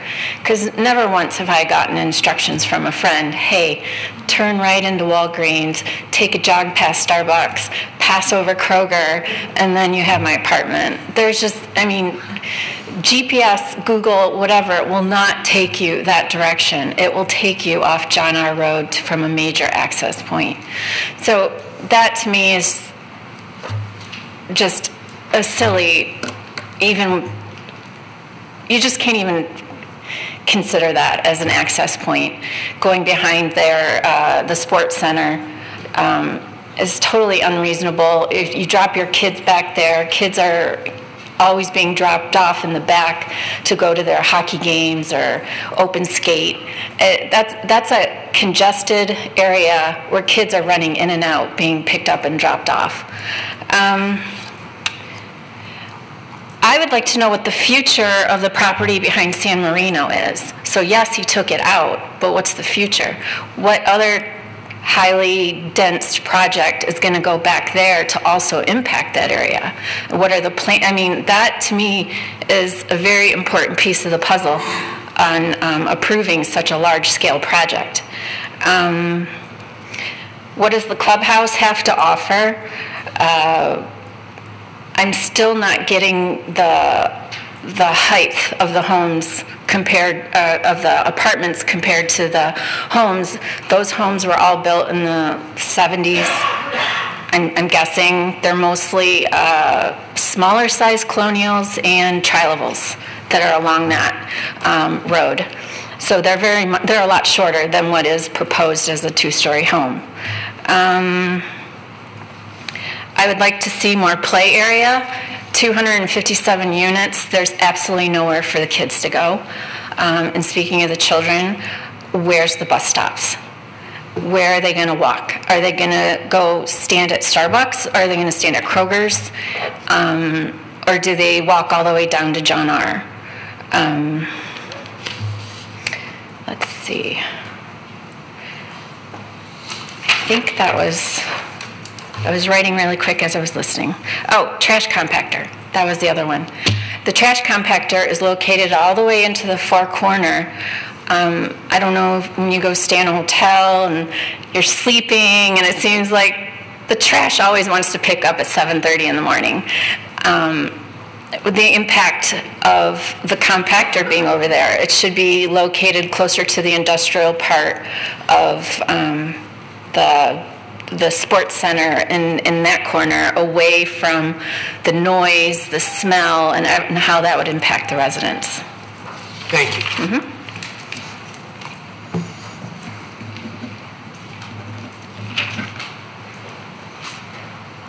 Is there anyone else that would like to speak on this item tonight? Okay, thank you. Seeing none, I'll close the public hearing and bring it back to the Planning Commission for any comments that the Planning Commissioners may have. Faison? Yes, Mr. Hudson. I think I'd like to give you some observations I've made. When I received this site plan in our material, I looked at it and it seemed to me it was awful similar. The one we approved at Livernois and Square Lake, it was last year or so. And we did it based upon the site plans, and we talked, and I thought, maybe what did it look like? So I went out there today. As I'm driving south towards the north on Livernois, towards the intersection, I was unpleasantly surprised at what I saw. I saw a 3-story megalith on that corner. It's still under construction, but you couldn't help but notice it. It just overwhelmed that intersection. So I drove in, and they were still doing some construction. And I passed, it was a sidewalk, I think, or an entrance off of Livernois through the end of the project. Sidewalk between 2 buildings.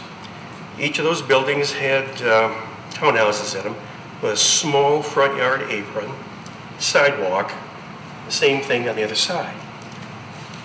Planted on either side of the sidewalk were 8 to 10 foot fir trees that in 2 years is going to engulf that sidewalk. You could almost get claustrophobic using that entrance. Drove around the back to see what it was. They had some garages back there on the townhouses, and they had a wall just adjacent to it. And there was construction I couldn't get through, so I pulled into a driveway, started to back out. There wasn't much room to back out. Now, if a car had been parked back there, because parking was at a premium, I would have dented the side of that car.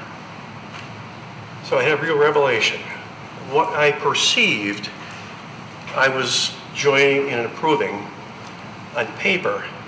The reality was it was nowhere near that. It looked like a rabbit warren. To bring it back to what we've got before us tonight. Beautiful plans. I looked at them the same way as I looked at that project about a year ago. It's 3 stories. It just doesn't make any sense to me in that area. If we're going to talk about adjacent properties, they should be compatible. 3 stories is not compatible at this site. 2 stories is. We talked about last year with our looking at this project when it had 4 more acres, same number of apartments. Now we've lost 4 acres of that, and we have jammed all those into a small parcel. This place is too dense. It looks like you're packing too much into a small project. As I'm listening to the comments, Marcia Fairgrave, I think your name was, talked about using the front of Kroger as a street, maybe a bus stop for children, and the other end going through an alley, one-way alley with packing slips in there.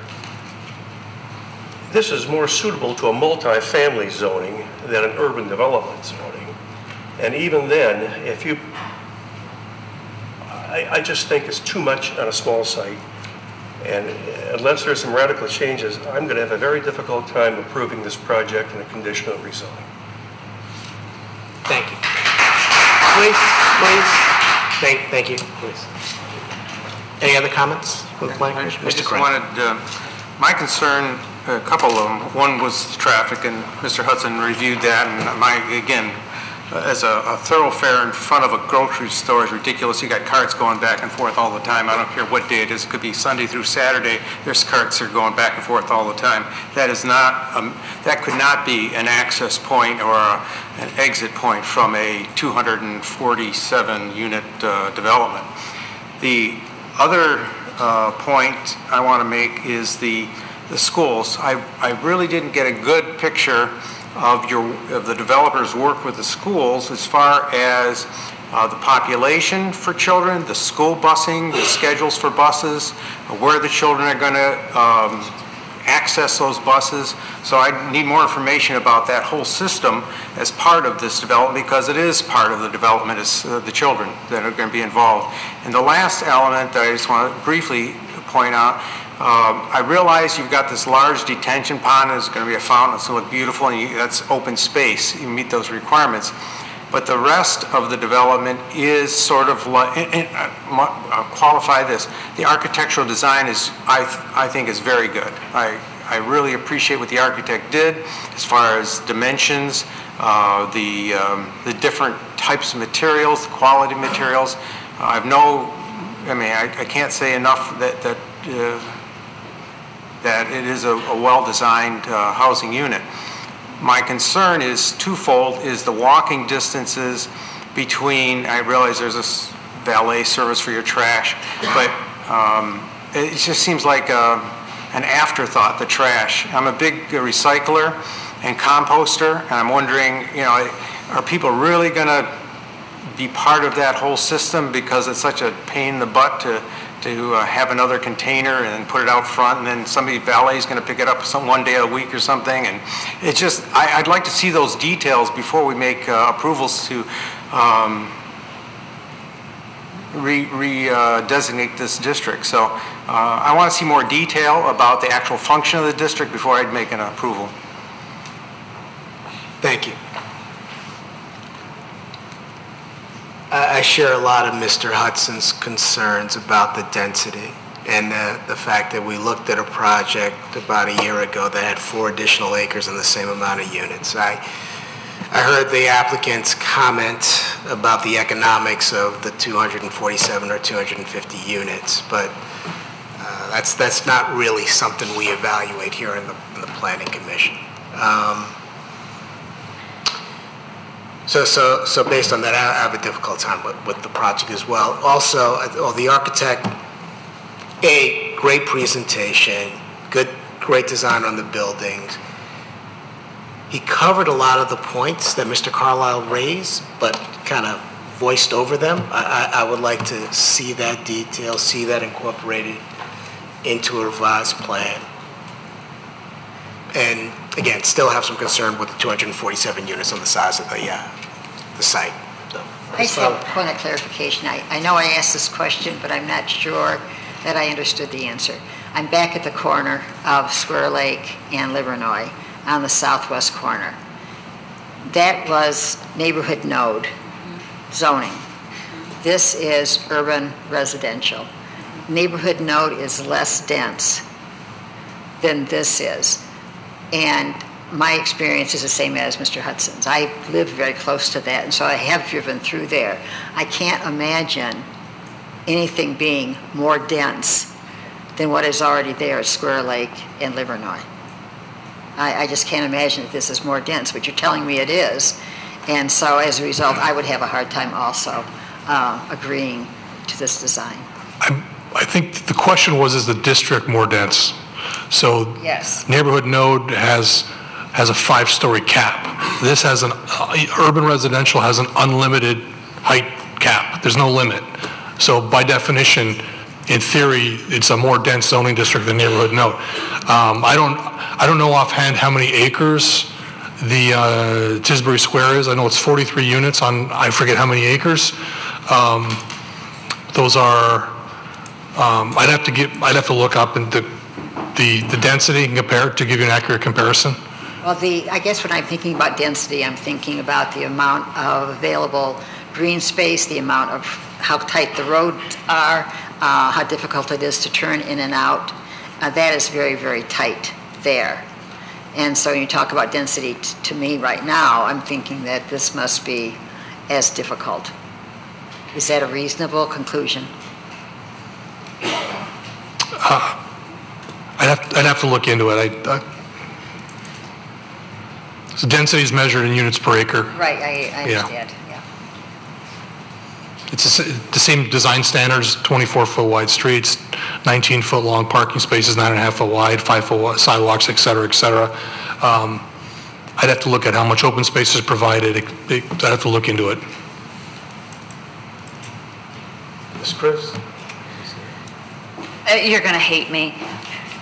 But when we look out here at the Amber apartment building at Town Center in Livernois, and how much building there is in comparison to, you know, grass that's going to need to be mowed around that building.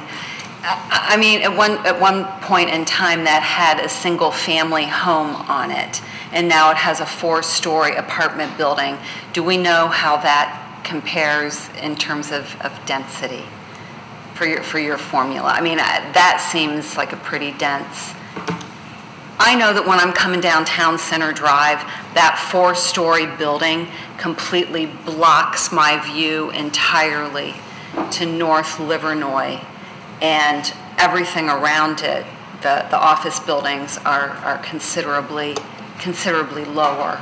Now, I know that's Big Beaver, right? We deemed that to be Big Beaver, but you know, as we sit here and we think about existing projects and how tall they are with respect to the surrounding buildings, and maybe some of the woulda, shoulda, couldas, if any of that exists.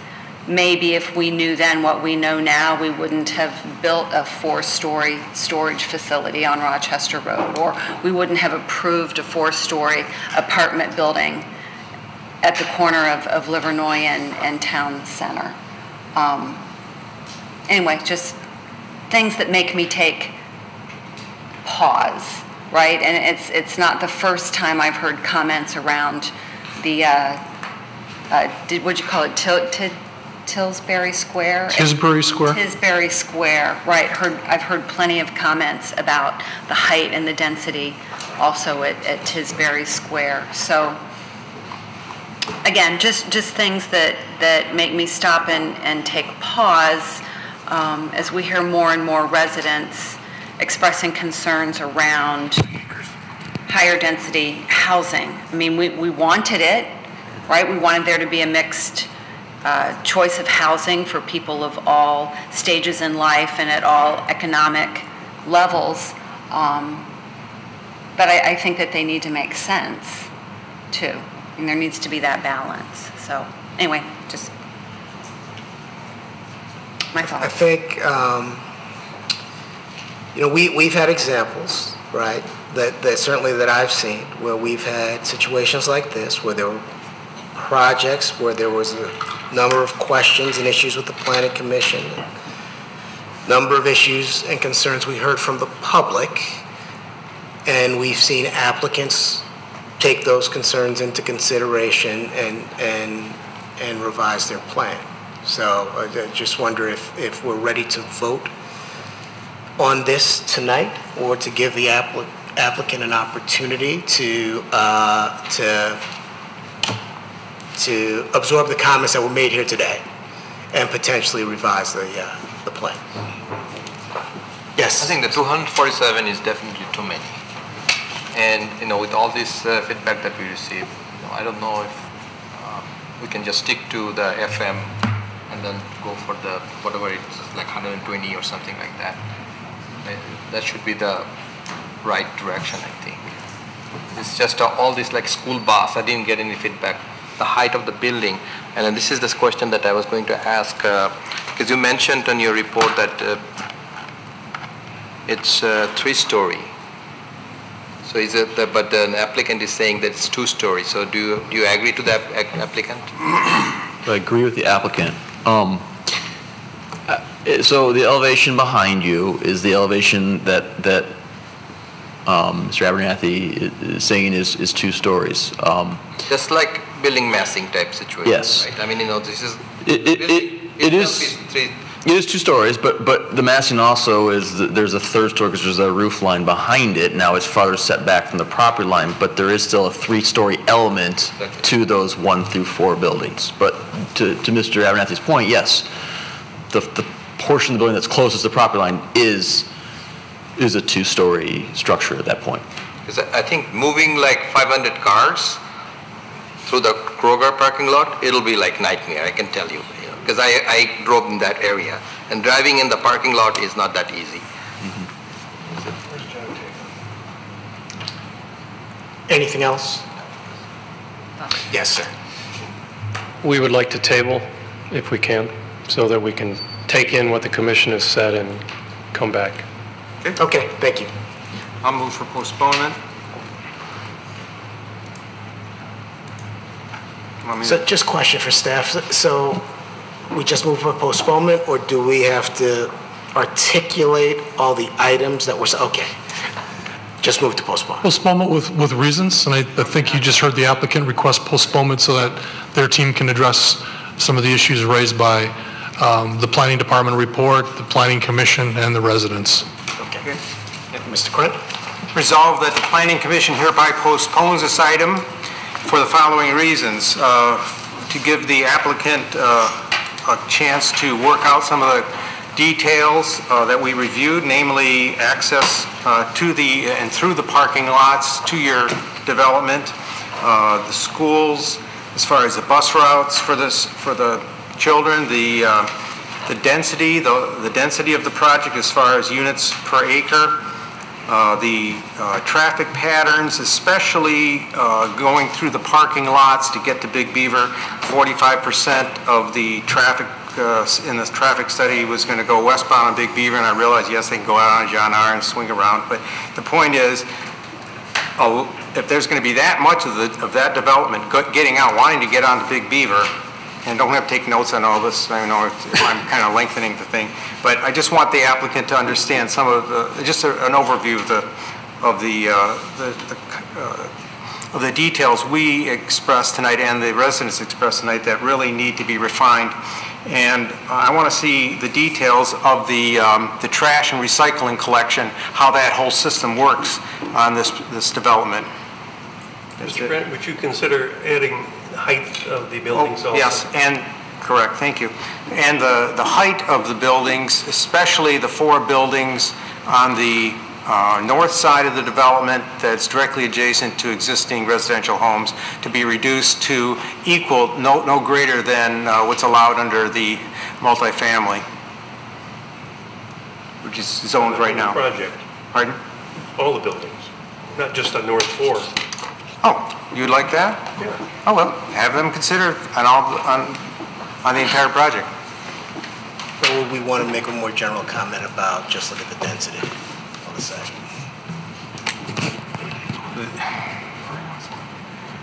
I don't want to lay out the math for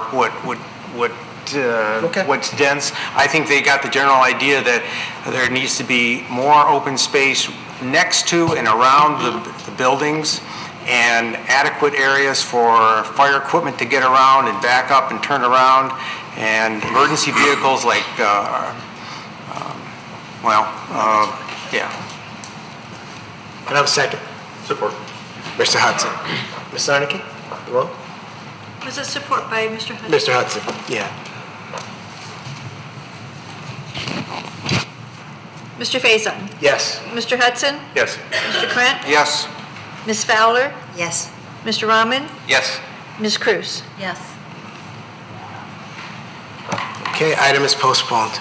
Thank you. I'll ask my fellow commissioners, do we want to continue or take a 5-minute break? I'm okay, but, you know. Okay. I'm ready. Keep going. Huh? We can go. All right. The next item on the agenda is item number 6, which is also a public hearing. Special use and preliminary site plan review, file number SU-JPLN 2018-0025. Proposed Spring Hill Suites Hotel east side of Rochester Road, south of Big Beaver, 88-20-27-228-009, comma, 010, comma, 017, comma, 018, 88-2027-227-017, currently zoned BB Big Beaver, GB General Business, and P Vehicular Parking zoning districts. Mr. Carlisle. I do this for a living, and I still don't know what all those numbers are that you just stated, so thank you. Tonight before you is an application for a hotel. It's proposed a 5-story, 123-room extended stay hotel. It's located on Rochester Road, just north of the off-ramp to I-75. The site is bounded by Henrietta to the north and Owendale to the south. The applicant has recently purchased a strip of land on Owendale from the city for the sole purpose of using it for overflow and employee parking. The site is zoned Big Beaver. Big Beaver allows for hotels as a special use. The area where the parking is GB and parking designation zoning. As can be seen by the graphic above, the yellow box represents the actual hotel at site, hotel on site. It's a very difficult site to develop to meet all the requirements. It essentially has 3 front yards. It has Rochester Road, it has Henrietta, it has Owendale, and the applicant did a very nice job of actually meeting all the zoning requirements and filling up that whole space along John R. I'm sorry, did I say John R? On Rochester Road. The site will be accessed off Owendale Drive in Henrietta. There will be no access off Rochester Road, and again, overflow employee parking will be on that strip on Owendale, which will have one-way circulation as shown by the arrows above. As I noted, it's a difficult site to develop. It has essentially 3 front yards. The applicant has met the form-based requirement on all 3 of those front yards. The applicant is requesting a height of 5 stories, 54 feet, and including 123 rooms, which would equate to 126 parking spaces. Of those 126 parking spaces, 37 of them are on Owendale, and the remaining 90 or so are actually located within the site itself. With regards to landscaping, they have met the requirements of landscaping for the most part. One issue that just for education is along the eastern property line is adjacent to residential, and they are proposing a row of evergreen and existing concrete wall. We do note that there are 2 deficiencies with regards to landscaping that should be considered by the Planning Commission. The first is the applicant did not provide the required parking lot trees within the parking lot itself. They have met the total number. However, 7, I believe, of the required 16 are actually in the parking lot, so 9 are along the periphery. If the Planning Commission was going to require that those trees be put into the parking lot itself, it would require the loss of some parking spaces. In addition, there is a requirement that parking that fronts or faces onto public roads, such as Owendale and Henrietta, have an appropriate berm and or landscape screening. We do note that they are deficient. They're simply having greenbelt trees in that location. So it is a requirement to provide some sort of screen along the parking lot side of Henrietta and Owendale.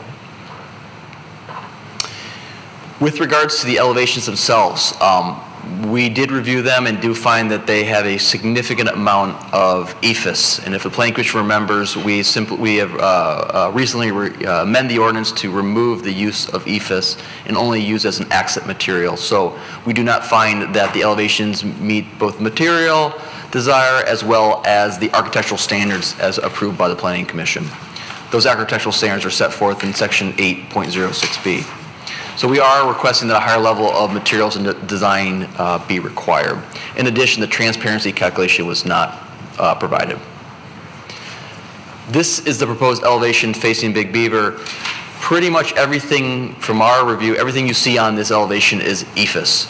And this would be the elevation that's facing, Rochester Road, not Big Beaver. These are the 2 elevations facing Owendale and facing Henrietta. Again, EIFS. Let me go back real quick. The applicant did provide us today with revised elevations. They're in your packet now, handed out at the meeting. We got these essentially an hour or two before the meeting. We have not had time to review them, to vet them, to see if they meet the ordinance requirements. So I just want to clarify that they did provide revised elevations. We just simply have not had a chance to review them. With regards to special use, there are 2 special uses that are required for this development. The first is that lodging requires a special use review by the Planning Commission. And secondly, the use of that Owendale strip requires a special use. The ordinance does not require parking as a principal use on a structure or on a parcel unless it requires a special use. We've reviewed that, and we do recommend approval of that special use. That site is narrow, that strip is narrow, and really would have no other functional use other than use as parking simply because of setbacks. So we do support both special uses for the lodging use as well as that.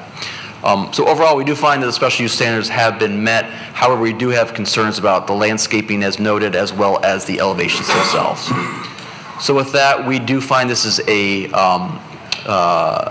very workable solution to a difficult site.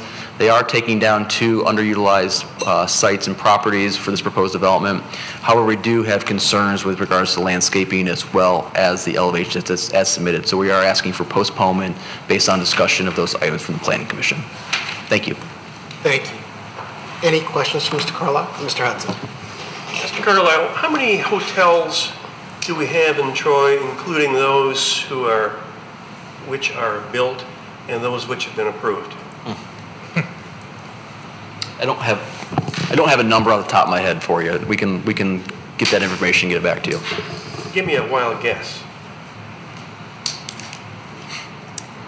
In view of the fact that a couple of years ago we had some hotel people in there, and that question was asked, they said, well, Troy could support maybe 5 more hotels. So I think we actually had that conversation recently. I think you're right around 5 or 6 approved, or including this, based after that discussion from the hotel expert. So we're right at that cusp. Thank you. Any other questions? Yes. Is there any requirement for Big Beaver corridor to have hotel or other building facing forward?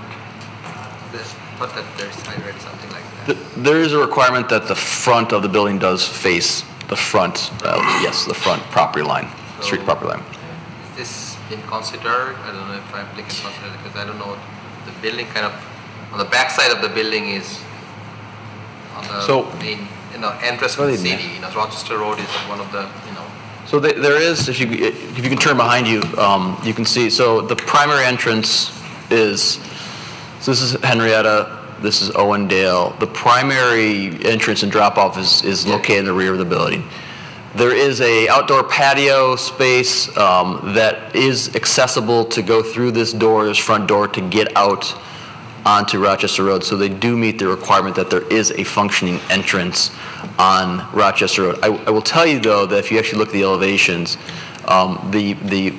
what appears to be the more front door elevation is actually the one that faces the parking lot, because that's going to be the main entrance to the hotel. Yeah, I mean, it's pretty obvious, but then is that something that we can do? It's a conversation to have with the applicant. Right. So just to reiterate, Mr. Carlisle mentioned earlier in his report that there's a requirement that this building relates to the 3 streets, not just Rochester Road, also Owendale and Henrietta. So it's three-sided parcels are challenging. We've got a transparency requirement. They've got to have 50% transparency on the 3 sides that front the streets, which means a lot of glass and doors.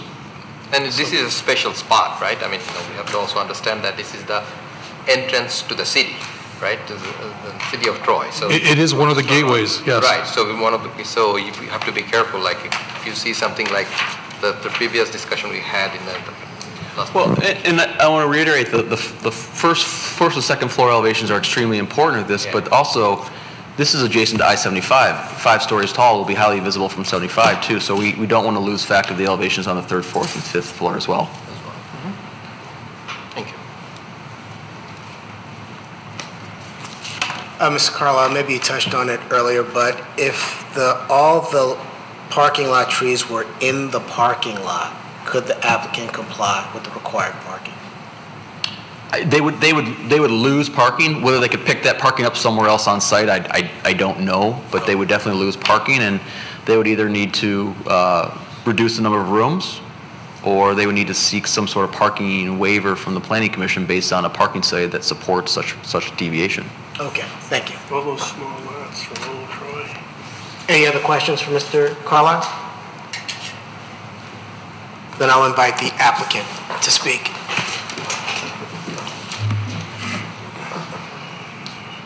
He's here all by himself, poor guy.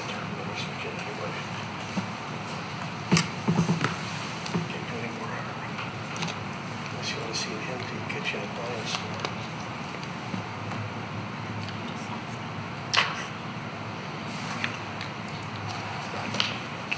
Thank you, Mr. Chairman, members of the Planning Commission. Appreciate the opportunity to talk about this project and see.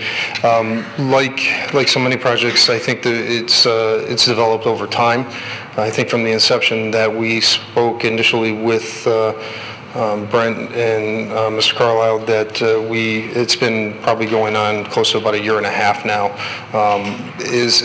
Was discussed, it is a very difficult piece of property to develop.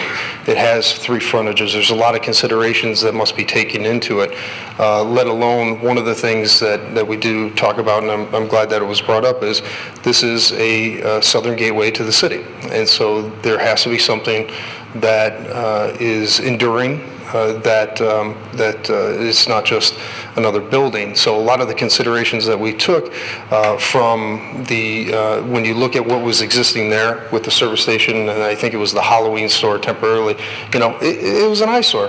That is the truth of what it was. It was very much of an eyesore. Those buildings, if you haven't had an opportunity to go by, have been demolished. So those buildings have come down. So what we are proposing is something that I do believe that would be a benefit to the city as that gateway. When we look at the project, we look at trying to incorporate many different things. Traffic study was done. OHM did a review of it, did recommend the approval of it. We did close one of the driveways onto Rochester Road, so we have no access onto Rochester Road. We'll be circulating through both Owendale and Henrietta. So I think that's a positive. Whenever we can limit that access to Rochester Road, that's a positive. When you look at the existing conditions where it was, in some of the factors of when we look at special uses, how are we improving what was there at the previous conditions? Stormwater management, that's always a key issue when it comes to municipalities. There was none. There was no stormwater management, there was no treatment, it just flowed off-site. As part of the conditions of what we're doing, we're incorporating permeable pavement as part of the Owendale, the overflow parking and employee parking, permeable pavement.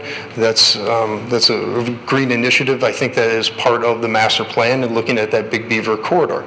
We're also incorporating stormwater treatment, pre-treatment, and underground detention. So we're taking both stormwater management and stormwater quality into consideration for something that wasn't there.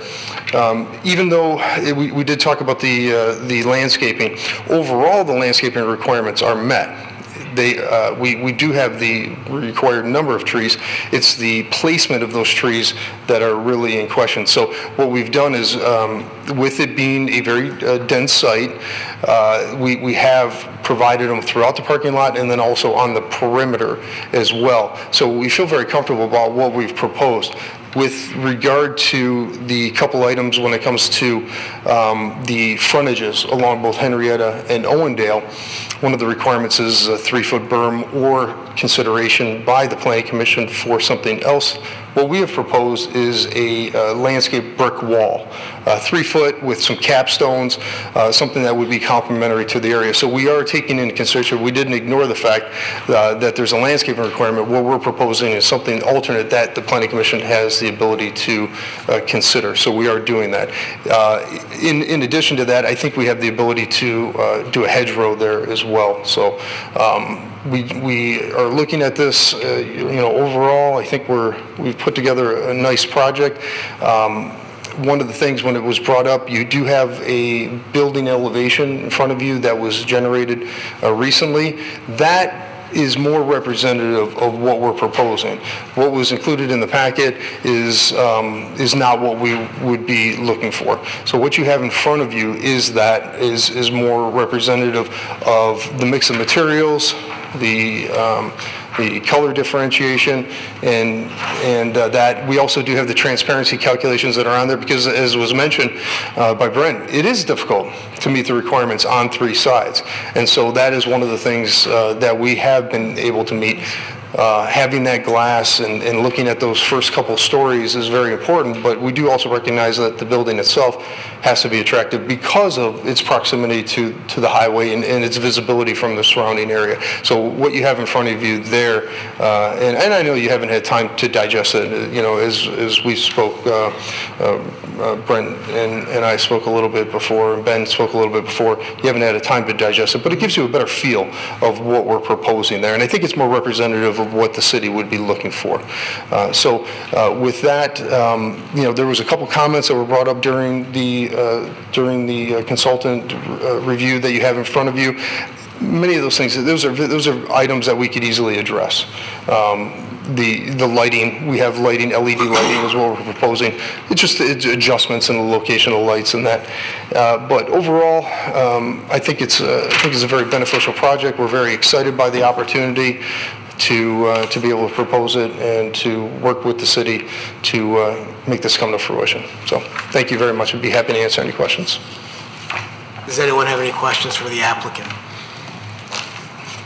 Ms. Fowler. So I'm looking at this, Yes, ma'am. and I'm looking at the very first one. It's an exterior finish key, and the very first one, it's kind of gray, and it says brick white. So does that mean that the building is brick? There's brick. The majority of the building would be brick. That's correct. Brick. And then you have the hardy board is... That's correct. So durable materials. So when we talk about what the exterior of the building would be, we really are considered durable materials between the brick and the board, the cement board. That is a very durable material. Weathers, it is a very good product. It lasts very long. So yes. Is there any EIFS on the building in this? There is a smaller amount of EIFS. It's only used for accent purposes. Thank you. Thank you. Point those EIFS areas out on this drawing for us? Sure. So if we can pull that up, do you happen to have it as part of the overhead? I think we can do that there. I think I put it on here. Yeah. So the majority of the building, I can tell you the majority of the building is that durable materials. Typically that EIFS is just going to be used at the upper portions in the parapet areas. It looks like we have a very minor amount that would probably be proposed on this. Okay. So typically we would see just EIFS accents in the upper portions in here. Other than that, brick, the board, the siding, the brick, and so the mix of materials, but just minor areas then of EIFS as compared to what you had as part of your packet.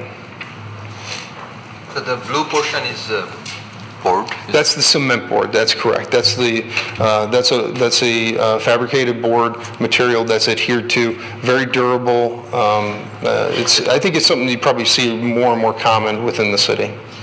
So the EIFS, is it different than EIFS, or is it? Oh yeah.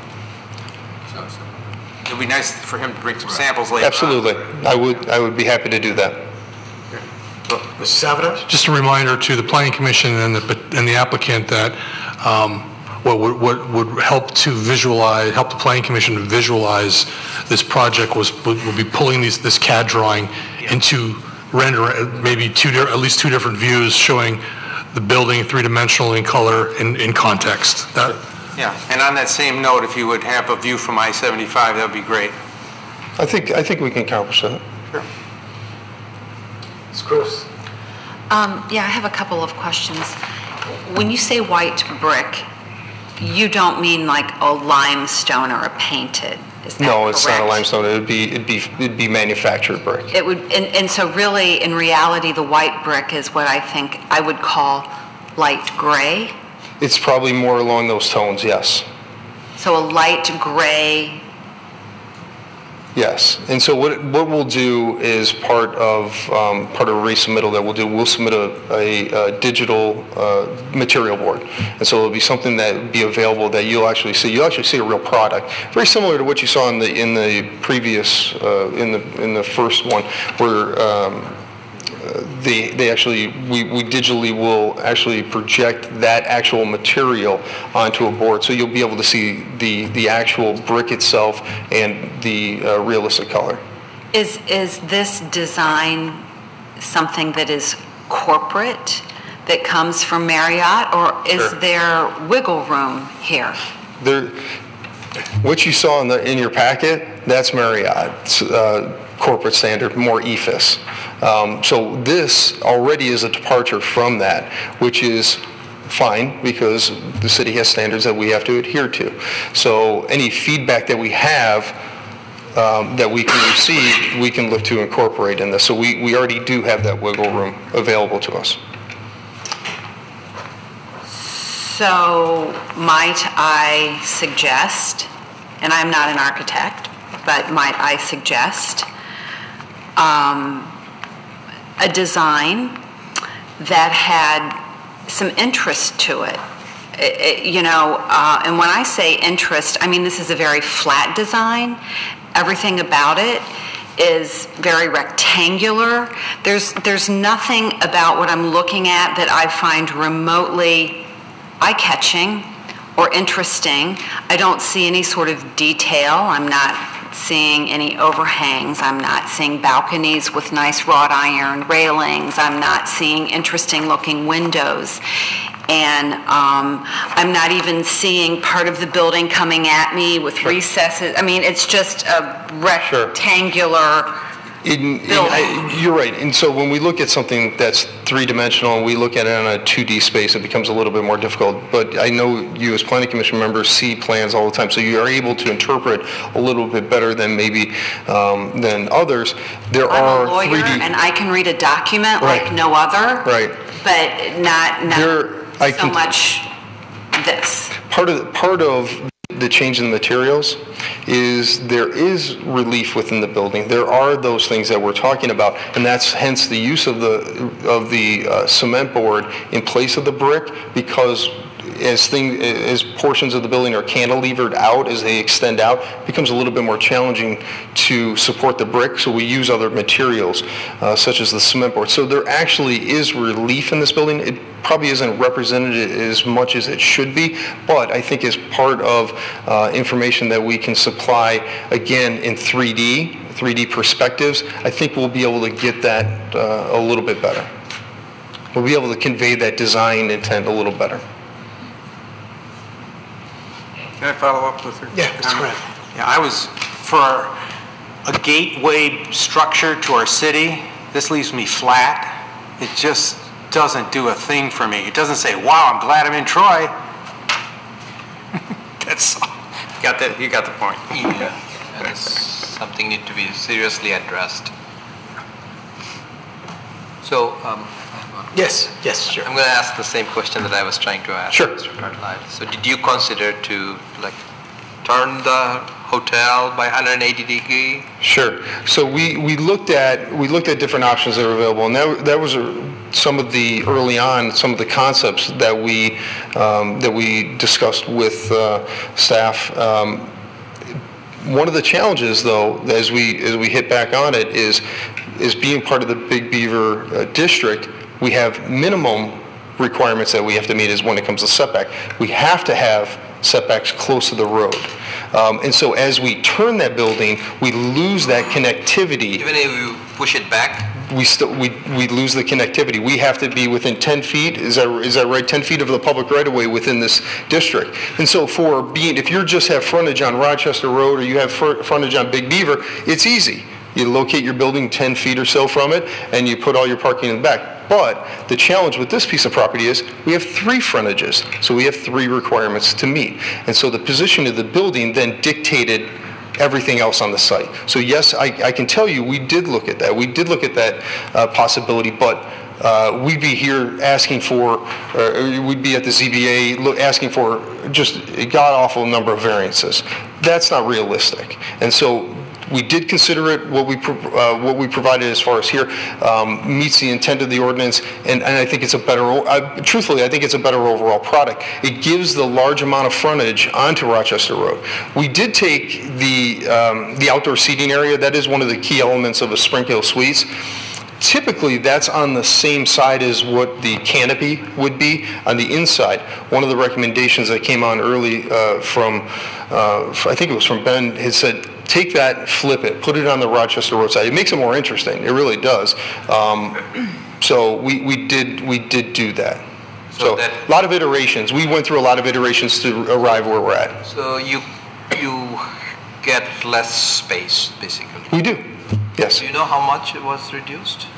I think in one iteration we had probably another bank of rooms, so that would be 2, 4, 6, 8, probably another 10 rooms. So we if we turned it, we probably would have gained another 10 rooms, but we wouldn't be in compliance.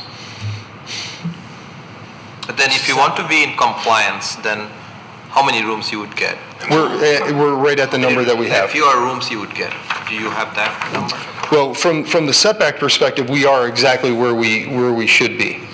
So with the number of rooms that we're proposing, we're at So you haven't done that study probably, right? To make the floor space smaller, meeting all the requirements, and then how many rooms you can have. That was my question. Well, that's the exact challenge that we face as part of this, because you can't make the floor plan smaller. We actually came into staff and went over with staff a different overall footprint. But I think at one point off of Owendale, it was 30 feet, the setback. And it was, well, you're not in compliance, you have to be 10 feet because you're part of the Big Beaver District, and that's a public right-of-way. So we actually expanded the building. And what we did, we didn't gain rooms. We expanded meeting spaces, we expanded the lobby. When you look through the floor plan, we have a lot more storage areas. So we actually didn't gain rooms. We gained other areas. So it's actually costing a little bit. It's actually a little bit more challenging and costs more. We don't get the benefit of a larger building footprint and gaining rooms. We're actually keeping the same number of rooms and just expanding some of the areas just to be in compliance. Yeah, I understand, but it is very rectangular and plain, and I don't think it represents the, I'm glad I'm not an architect. I'm an engineer, so I'll make sure to take this. You really have to, we have it on video, so I have proof of this. So you really have to work on it. It's just don't change color and bring back again. You need to. I'll make sure the architect comes back with me. So. It makes them more interesting, and I'm glad I have that down. There are some wiggle rooms, so it has to be different. I have that down. Thank you. Mr. Savino. This is a challenging site because we talked about it's got 3 fronts. We, within the last few months, we had Cooper's Hawk come before us, three fronts. That site needed 2 variances. We try to get projects in front of the Planning Commission that do not require variances, so it's very challenging. And we went back and forth a number of times on the layout and the placement of the building, and it took us some time to get there. I do want to clarify one thing while I have the microphone. Mr. Andre indicated that this has been over a year in getting before the Planning Commission. I just want to clarify that one of the reasons it took so long was acquiring that Owendale property. That was a remnant parcel, and to go through the process to get for them to finally acquire it, it took a significant amount of time, just to clarify. That's true. Thank you. Yes, Mr. Tatterpillar. So I think this is a really good idea for the city of Troy, but as Cruz said, I think you can bring some more color instead of making it a bit more vague, bring it more aesthetic. Putting some patterns in the brick and having them pop out maybe is a good idea. And with every single business and hotel, anything in Troy, there is some uniqueness, and I think this can bring some more to it. Thank you. That's good points. You're training them very well. Thank you. Anything else from the applicant? Mr. Savino, I know I got to open a public hearing. So, thank you. Thank you. So this item is a public hearing, like our previous item. So I'd invite anyone who would like to speak on this item to come up, sign in, and make their comments. Would anyone like to speak on this item?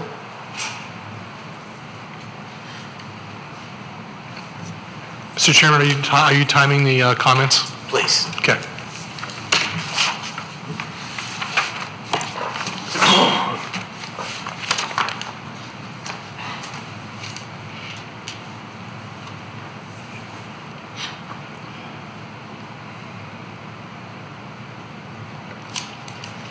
Good evening. My name is Steve DeLuca. I own the 2 adjacent properties to this site, east on Henrietta. The elevation of my house is 4 feet below Rochester Road. So if they build that 4 foot up for the parking lot, add another 3-foot brick wall, it's going to totally isolate that property.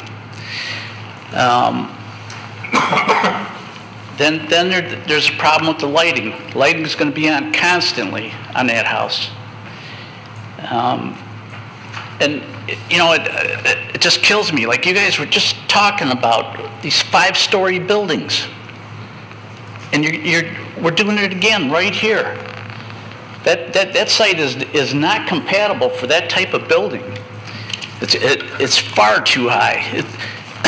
If they build this building, if they build a 5-story building there, it'll be 40 feet taller than my house. I just think that, like, you guys should give that some real thought.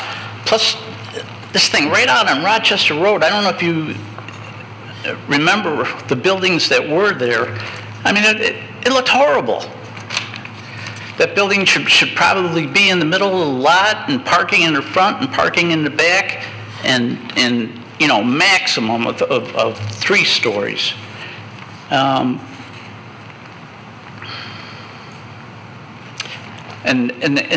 like one thing that I think you should consider too is the residents on Henrietta. I believe any type of development should include that whole street. I don't know why the city of Troy would want to keep that street, why you wouldn't donate it and utilize all that property and make something worthwhile there. You're going to end up with 5 houses that are, like my particular house is 900 square feet. In fact, they all are. They're all basically the same house.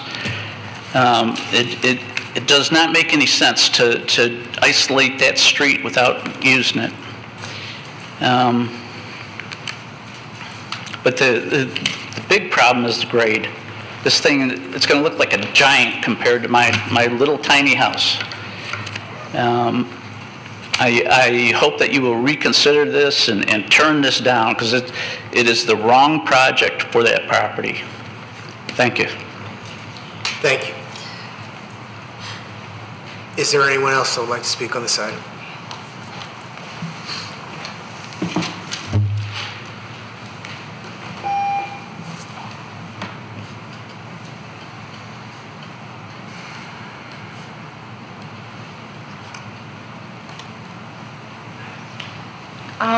I'm actually the program director at Breaking Barriers Rehab Center, which is at 1059 Owendale. The doctor who's the owner sent me just to kind of find out what was happening. First, I was like excited because it really has been an eyesore. I know for me, I've worked for him for 12 years. There's never been anything that's been vacant building. It's been pretty awful. My major concern is the parking that is on the side of Owendale. Most of our clients, actually all of our clients, have traumatic brain injury. They've all been in motor vehicle accidents. We're a Joint Commission accredited day hospital. And I worry with the traffic that's going to constantly be people parking with the wheelchair vans and the clients that go out to smoke or whatever, the safety risks for that. That's my major concern, just in general. So our parking lot will come right out onto the street, and then there's people going to be backing up and pulling in, and that's my concern. So other than that, that's about all I wanted to say. So thank you. Thank you.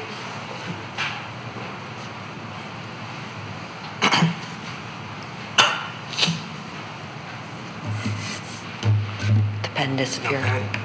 You walked away.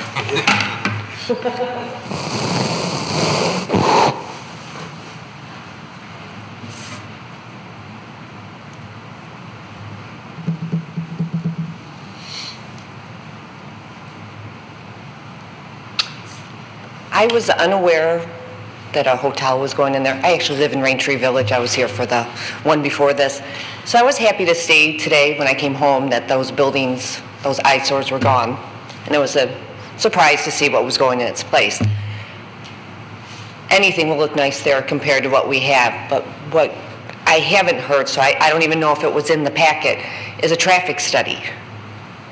Even though there's no direct access from the hotel onto Rochester Road, both Owendale and Henrietta go onto Rochester Road, with a freeway exiting into a boulevard, 4 lanes, one of them's a right turn only lane. How are the guests from the hotel safely going to get across Rochester Road to go southbound on 75? How are those coming from the Big Beaver District going to safely get into the hotel coming from southbound Rochester Road? They're going to have to be doing all these loop-arounds. I know we're going under construction. Our exits are closing. Literally, it takes 20 minutes to get from 15 Mile to Big Beaver going northbound on Rochester Road in rush hour. It's just a bottleneck. We're going to be sending, I didn't say, how many hotels? How many rooms? 160 or something? 123, thank you. So that's my concern, is the traffic, and was there a traffic study done of how, literally going across to get to that turnaround is the concern. I mean, I know there's no turn on red coming from 75 to go northbound, but still all that traffic, it is just a bottleneck. We were in a car accident right in that little bottleneck there. It's just too much traffic. I don't think a hotel can support that. And for Spring Hill, all those reviews, that would be the #1 thing, is traffic is terrible. And we have a lot of other hotels that they would go to. So we're going to have an empty building again. That's my concern. Thank you. Thank you. Is there anyone else that would like to speak on this item? Seeing no one, I'll close the public hearing. And ask if there are any additional planning commission comments. Mr. Savadan. So just to clarify, there was a traffic study that was prepared, submitted, and reviewed by our planning consultant, our traffic consultant, OHM. And reminder that Steve Deering is here. If anyone has any specific questions about traffic, he can certainly answer those questions. Thank you. Mr. Hudson. I'm beginning to acquire a reputation. We used to have a planning commissioner who was always worried about trash enclosures. I guess I am coming to the area of building height. I'm thinking the 5-story. I think the other tallest building in that whole intersection is maybe 2 stories. Maybe it's too tall. I presume we're going to propose postponing this tonight. Is that the request? That was the recommendation. But maybe we ought to start thinking about the height on this one also. Any other comments? I agree.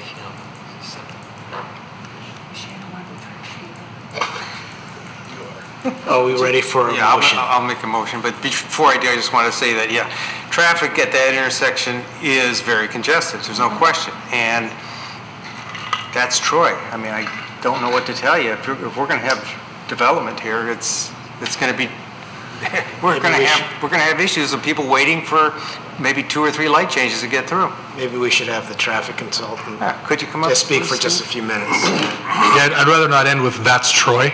Okay. Sorry, pal. Well, I heard from other people from other cities, so it's just being Good honest. evening again. I just wanted to make a comment about the previous speaker's concern about traffic on Rochester Road, especially if you're coming up Stevenson Highway northbound, getting through the interchange area. As you know, I-75 is about to go under the knife. They're going to be not only just working on mainline pavement, but they're also going to be reconfiguring and improving some of the interchanges, including this one at Rochester Road. So if you think about northbound Stevenson turning into Rochester Road, you basically have two northbound lanes. You develop a third lane that goes underneath the freeway bridges, but that third lane feeds the ramp to get onto 75 going north. So for all intents and purposes, you have two northbound lanes that once you get past the interchange flares to 4, one of which is a dedicated right turn lane. As part of the interchange work, it appears that MDOT is going to add a third through lane on 75, on Rochester Stevenson Road, and still have a dedicated right lane that feeds the ramp. So the extraordinarily long backups that we're seeing right now northbound, it's basically because you just still only have 2 lanes that are getting interrupted because of the signals associated with the ramps. It's not going to make it all better, but it looks like adding a third northbound through lane should improve operations. It should reduce the extraordinarily long backups that we see today, especially in the evening peak periods. Just a point of information on something that happens to be occurring in this immediate vicinity. Thanks for the clarification. That's enlightening. Thank you. Maybe, excuse me, sir. Maybe you could comment. There were questions about the traffic flow from Henrietta and the streets going into the hotel.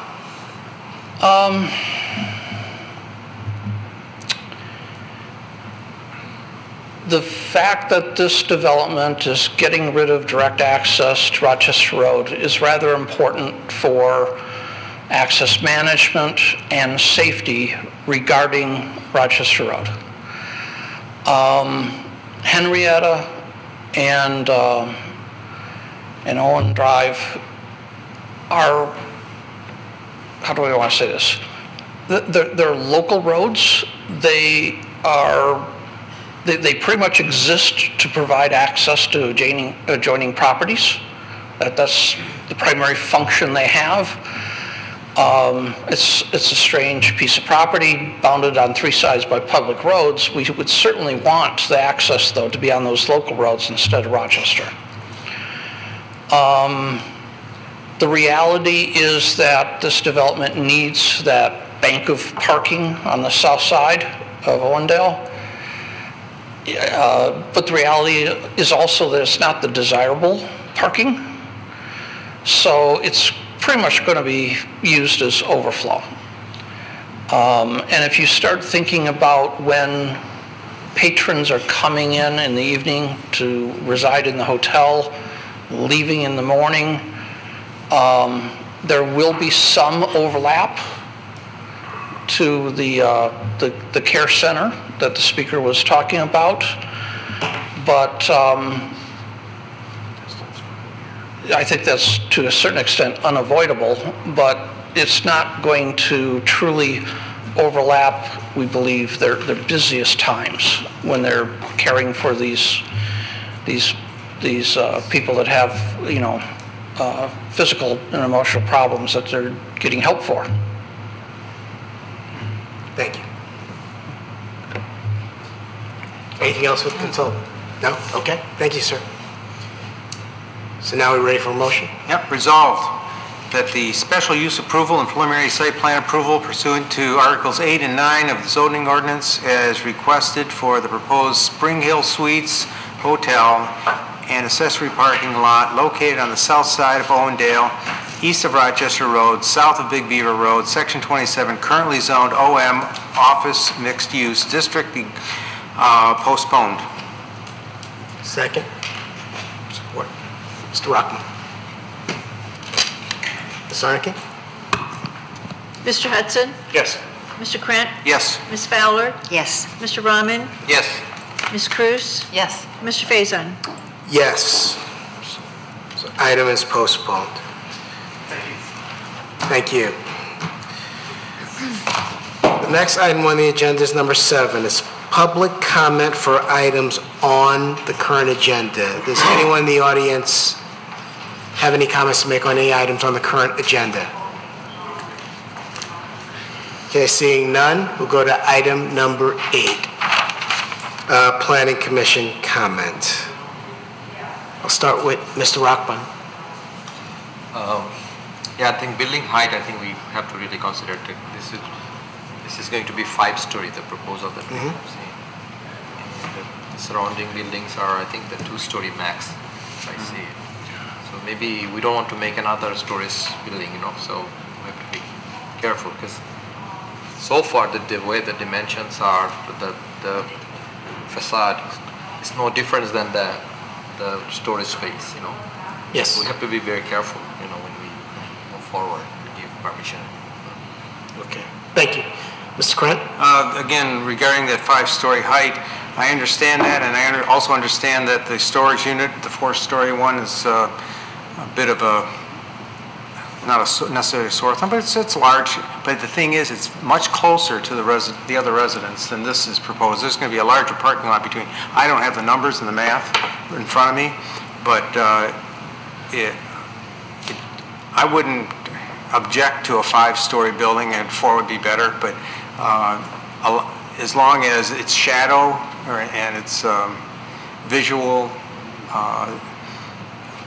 height doesn't necessarily really negatively impact the local residents that are adjacent to this property. I want to see some numbers as far as distances and see how that compares with the storage unit. Thank you. I actually agree with you on the height issue. We should look at it and understand it, but see it in context. The one thing I would add, and I know we've talked about this, is having the hotel consultant or someone come in and update that presentation we had gotten about capacity and trends in the market. So if we can do that sooner rather than later, that'd be great. Thank you. Ms. Cruz? Another comment that I heard tonight, a couple comments, had to do with how some of this higher density housing affects the school district, in addition to newer subdivisions that are coming in. And we had, months ago, made a comment, wouldn't it be nice if we kind of knew what the position was of the school district with respect to how the increased population is going to affect classroom sizes and whether or not, buildings are big enough to accommodate the new families. I hate to put the spotlight on you, but what do we need to do here? To have something in our packet where, like in the case of Barnard Elementary, we might know how many students are in that building, what the student-to-teacher ratio is, if there would need to be adjustments made for additional classrooms, should you get a high-density project that would have younger children attending there. Well, the only thing I can add really is, they are building that early childhood center. And the purpose of that is to take child care for children that are not school age out of the current buildings, so that there's more space in those buildings than for other classrooms, let's say another kindergarten or another first grade or whatever. So that early childhood center, it's very large. If you've taken a look, it's very nice. It's right behind Niles there on Square Lake. That will take pressure, and I hope that was the purpose of the building, is to take pressure off the buildings, the elementary buildings. So I don't really I mean, I've been gone for 4 years, I've been retired, so I don't really have the detail. I do know, though, that for next year, they're actually, I was told that they're looking at declining enrollment. Now, that's not significant declining enrollment, but they are looking at either a leveling or a slight reduction, and I certainly know that they would take into account all these new developments that are planned, for the city of Troy. So I don't know how much work that they have actually done. We have a consultant that we use to look at enrollments. You could probably get that. I don't really feel, however, that it should impact the decision of the Planning Commission. I think the school's job the district's job is to accommodate students that move into the community. And from my perspective, I wouldn't want to see the Planning Commission not approve something they thought was appropriate because they thought maybe it might be too many students. I don't disagree, but I also know that this Planning Commission has worked hard at trying to, where we can, provide education to get residents to understand why we make the decisions that we make. And in the short time that you've been on the Planning Commission, I know that you've seen there's a lot of frustration that exists in our community over green space, over schools, over high-density project. And so I see it really more as helping us be better educated to pass it forward or play it forward. Sure. Not to impact our decision. Okay. About whether or not we should have a development per se. But I mean, it all plays together. It's all connected. And we all know that you make a decision and sometimes, well, not sometimes, every decision has consequences or ripple effects. And sometimes we're able to identify what they are, but if you don't know what you don't know, then you can't. So that I would like to, at some point in time, if we have consultants coming in for hotels, I would like to have a better understanding on how these higher density projects and these new developments do impact our schools. It's a source of pride. At least for awareness. For awareness, Right. Absolutely, absolutely. Thank you. Mr. Hudson? No comment. No, nothing. I think Spring Hill Suites is going to be a great asset to Troy, but again, I think the minor modifications or major modifications to the hotel design can be more compelling. Thank you. Ms. Arnott? Mr. Frame? Right? We can, a couple things. The applicant will, based on comments from the public and from the Planning Commission, will seek input from the school district on where the buses are going to be picking up children. I think it's very premature at this time to get that type of information. The school district, without knowing how many students are going to be generated by the development, I don't know what type of information they're going to get from the school district. It's kind of uncharted waters. We've never asked for that information at this point in the project before they even are granted preliminary site plan approval, but we'll see. We'll see. I attended a meeting, a joint meeting of City Council and the Troy School District within about the last year, and there was a question asked of the superintendent at the meeting. I certainly don't want to speak for the superintendent, but the question was something to the effect of, do you monitor what's going on in terms of development in the city? And he assured the City Council that the school district monitored development applications very closely and had a pretty good handle on what was going on. And they expressed that they did have a plan that involved accommodating every student that was in the Troy School District. Sometimes that accommodation involved busing students to schools that weren't necessarily the closest school to where that student resided, but they indicated to the City Council that they were able to accommodate all this development. Again, I'm not attempting to paraphrase what was said. I'm just trying to provide background to the Planning Commission that the Troy School District did follow this quite closely. And I would add that some of this demand has been created by the sale of 4 properties by the Troy School District that's generated about 200 units. So they're also contributing to the demand on classrooms, on desks and seats in classrooms. And I will contact a representative of the hotel industry and see if they can attend a future meeting. Thank you. Thank you. Mr. Carlisle? No comment. Okay. We are adjourned. Thank you, everyone.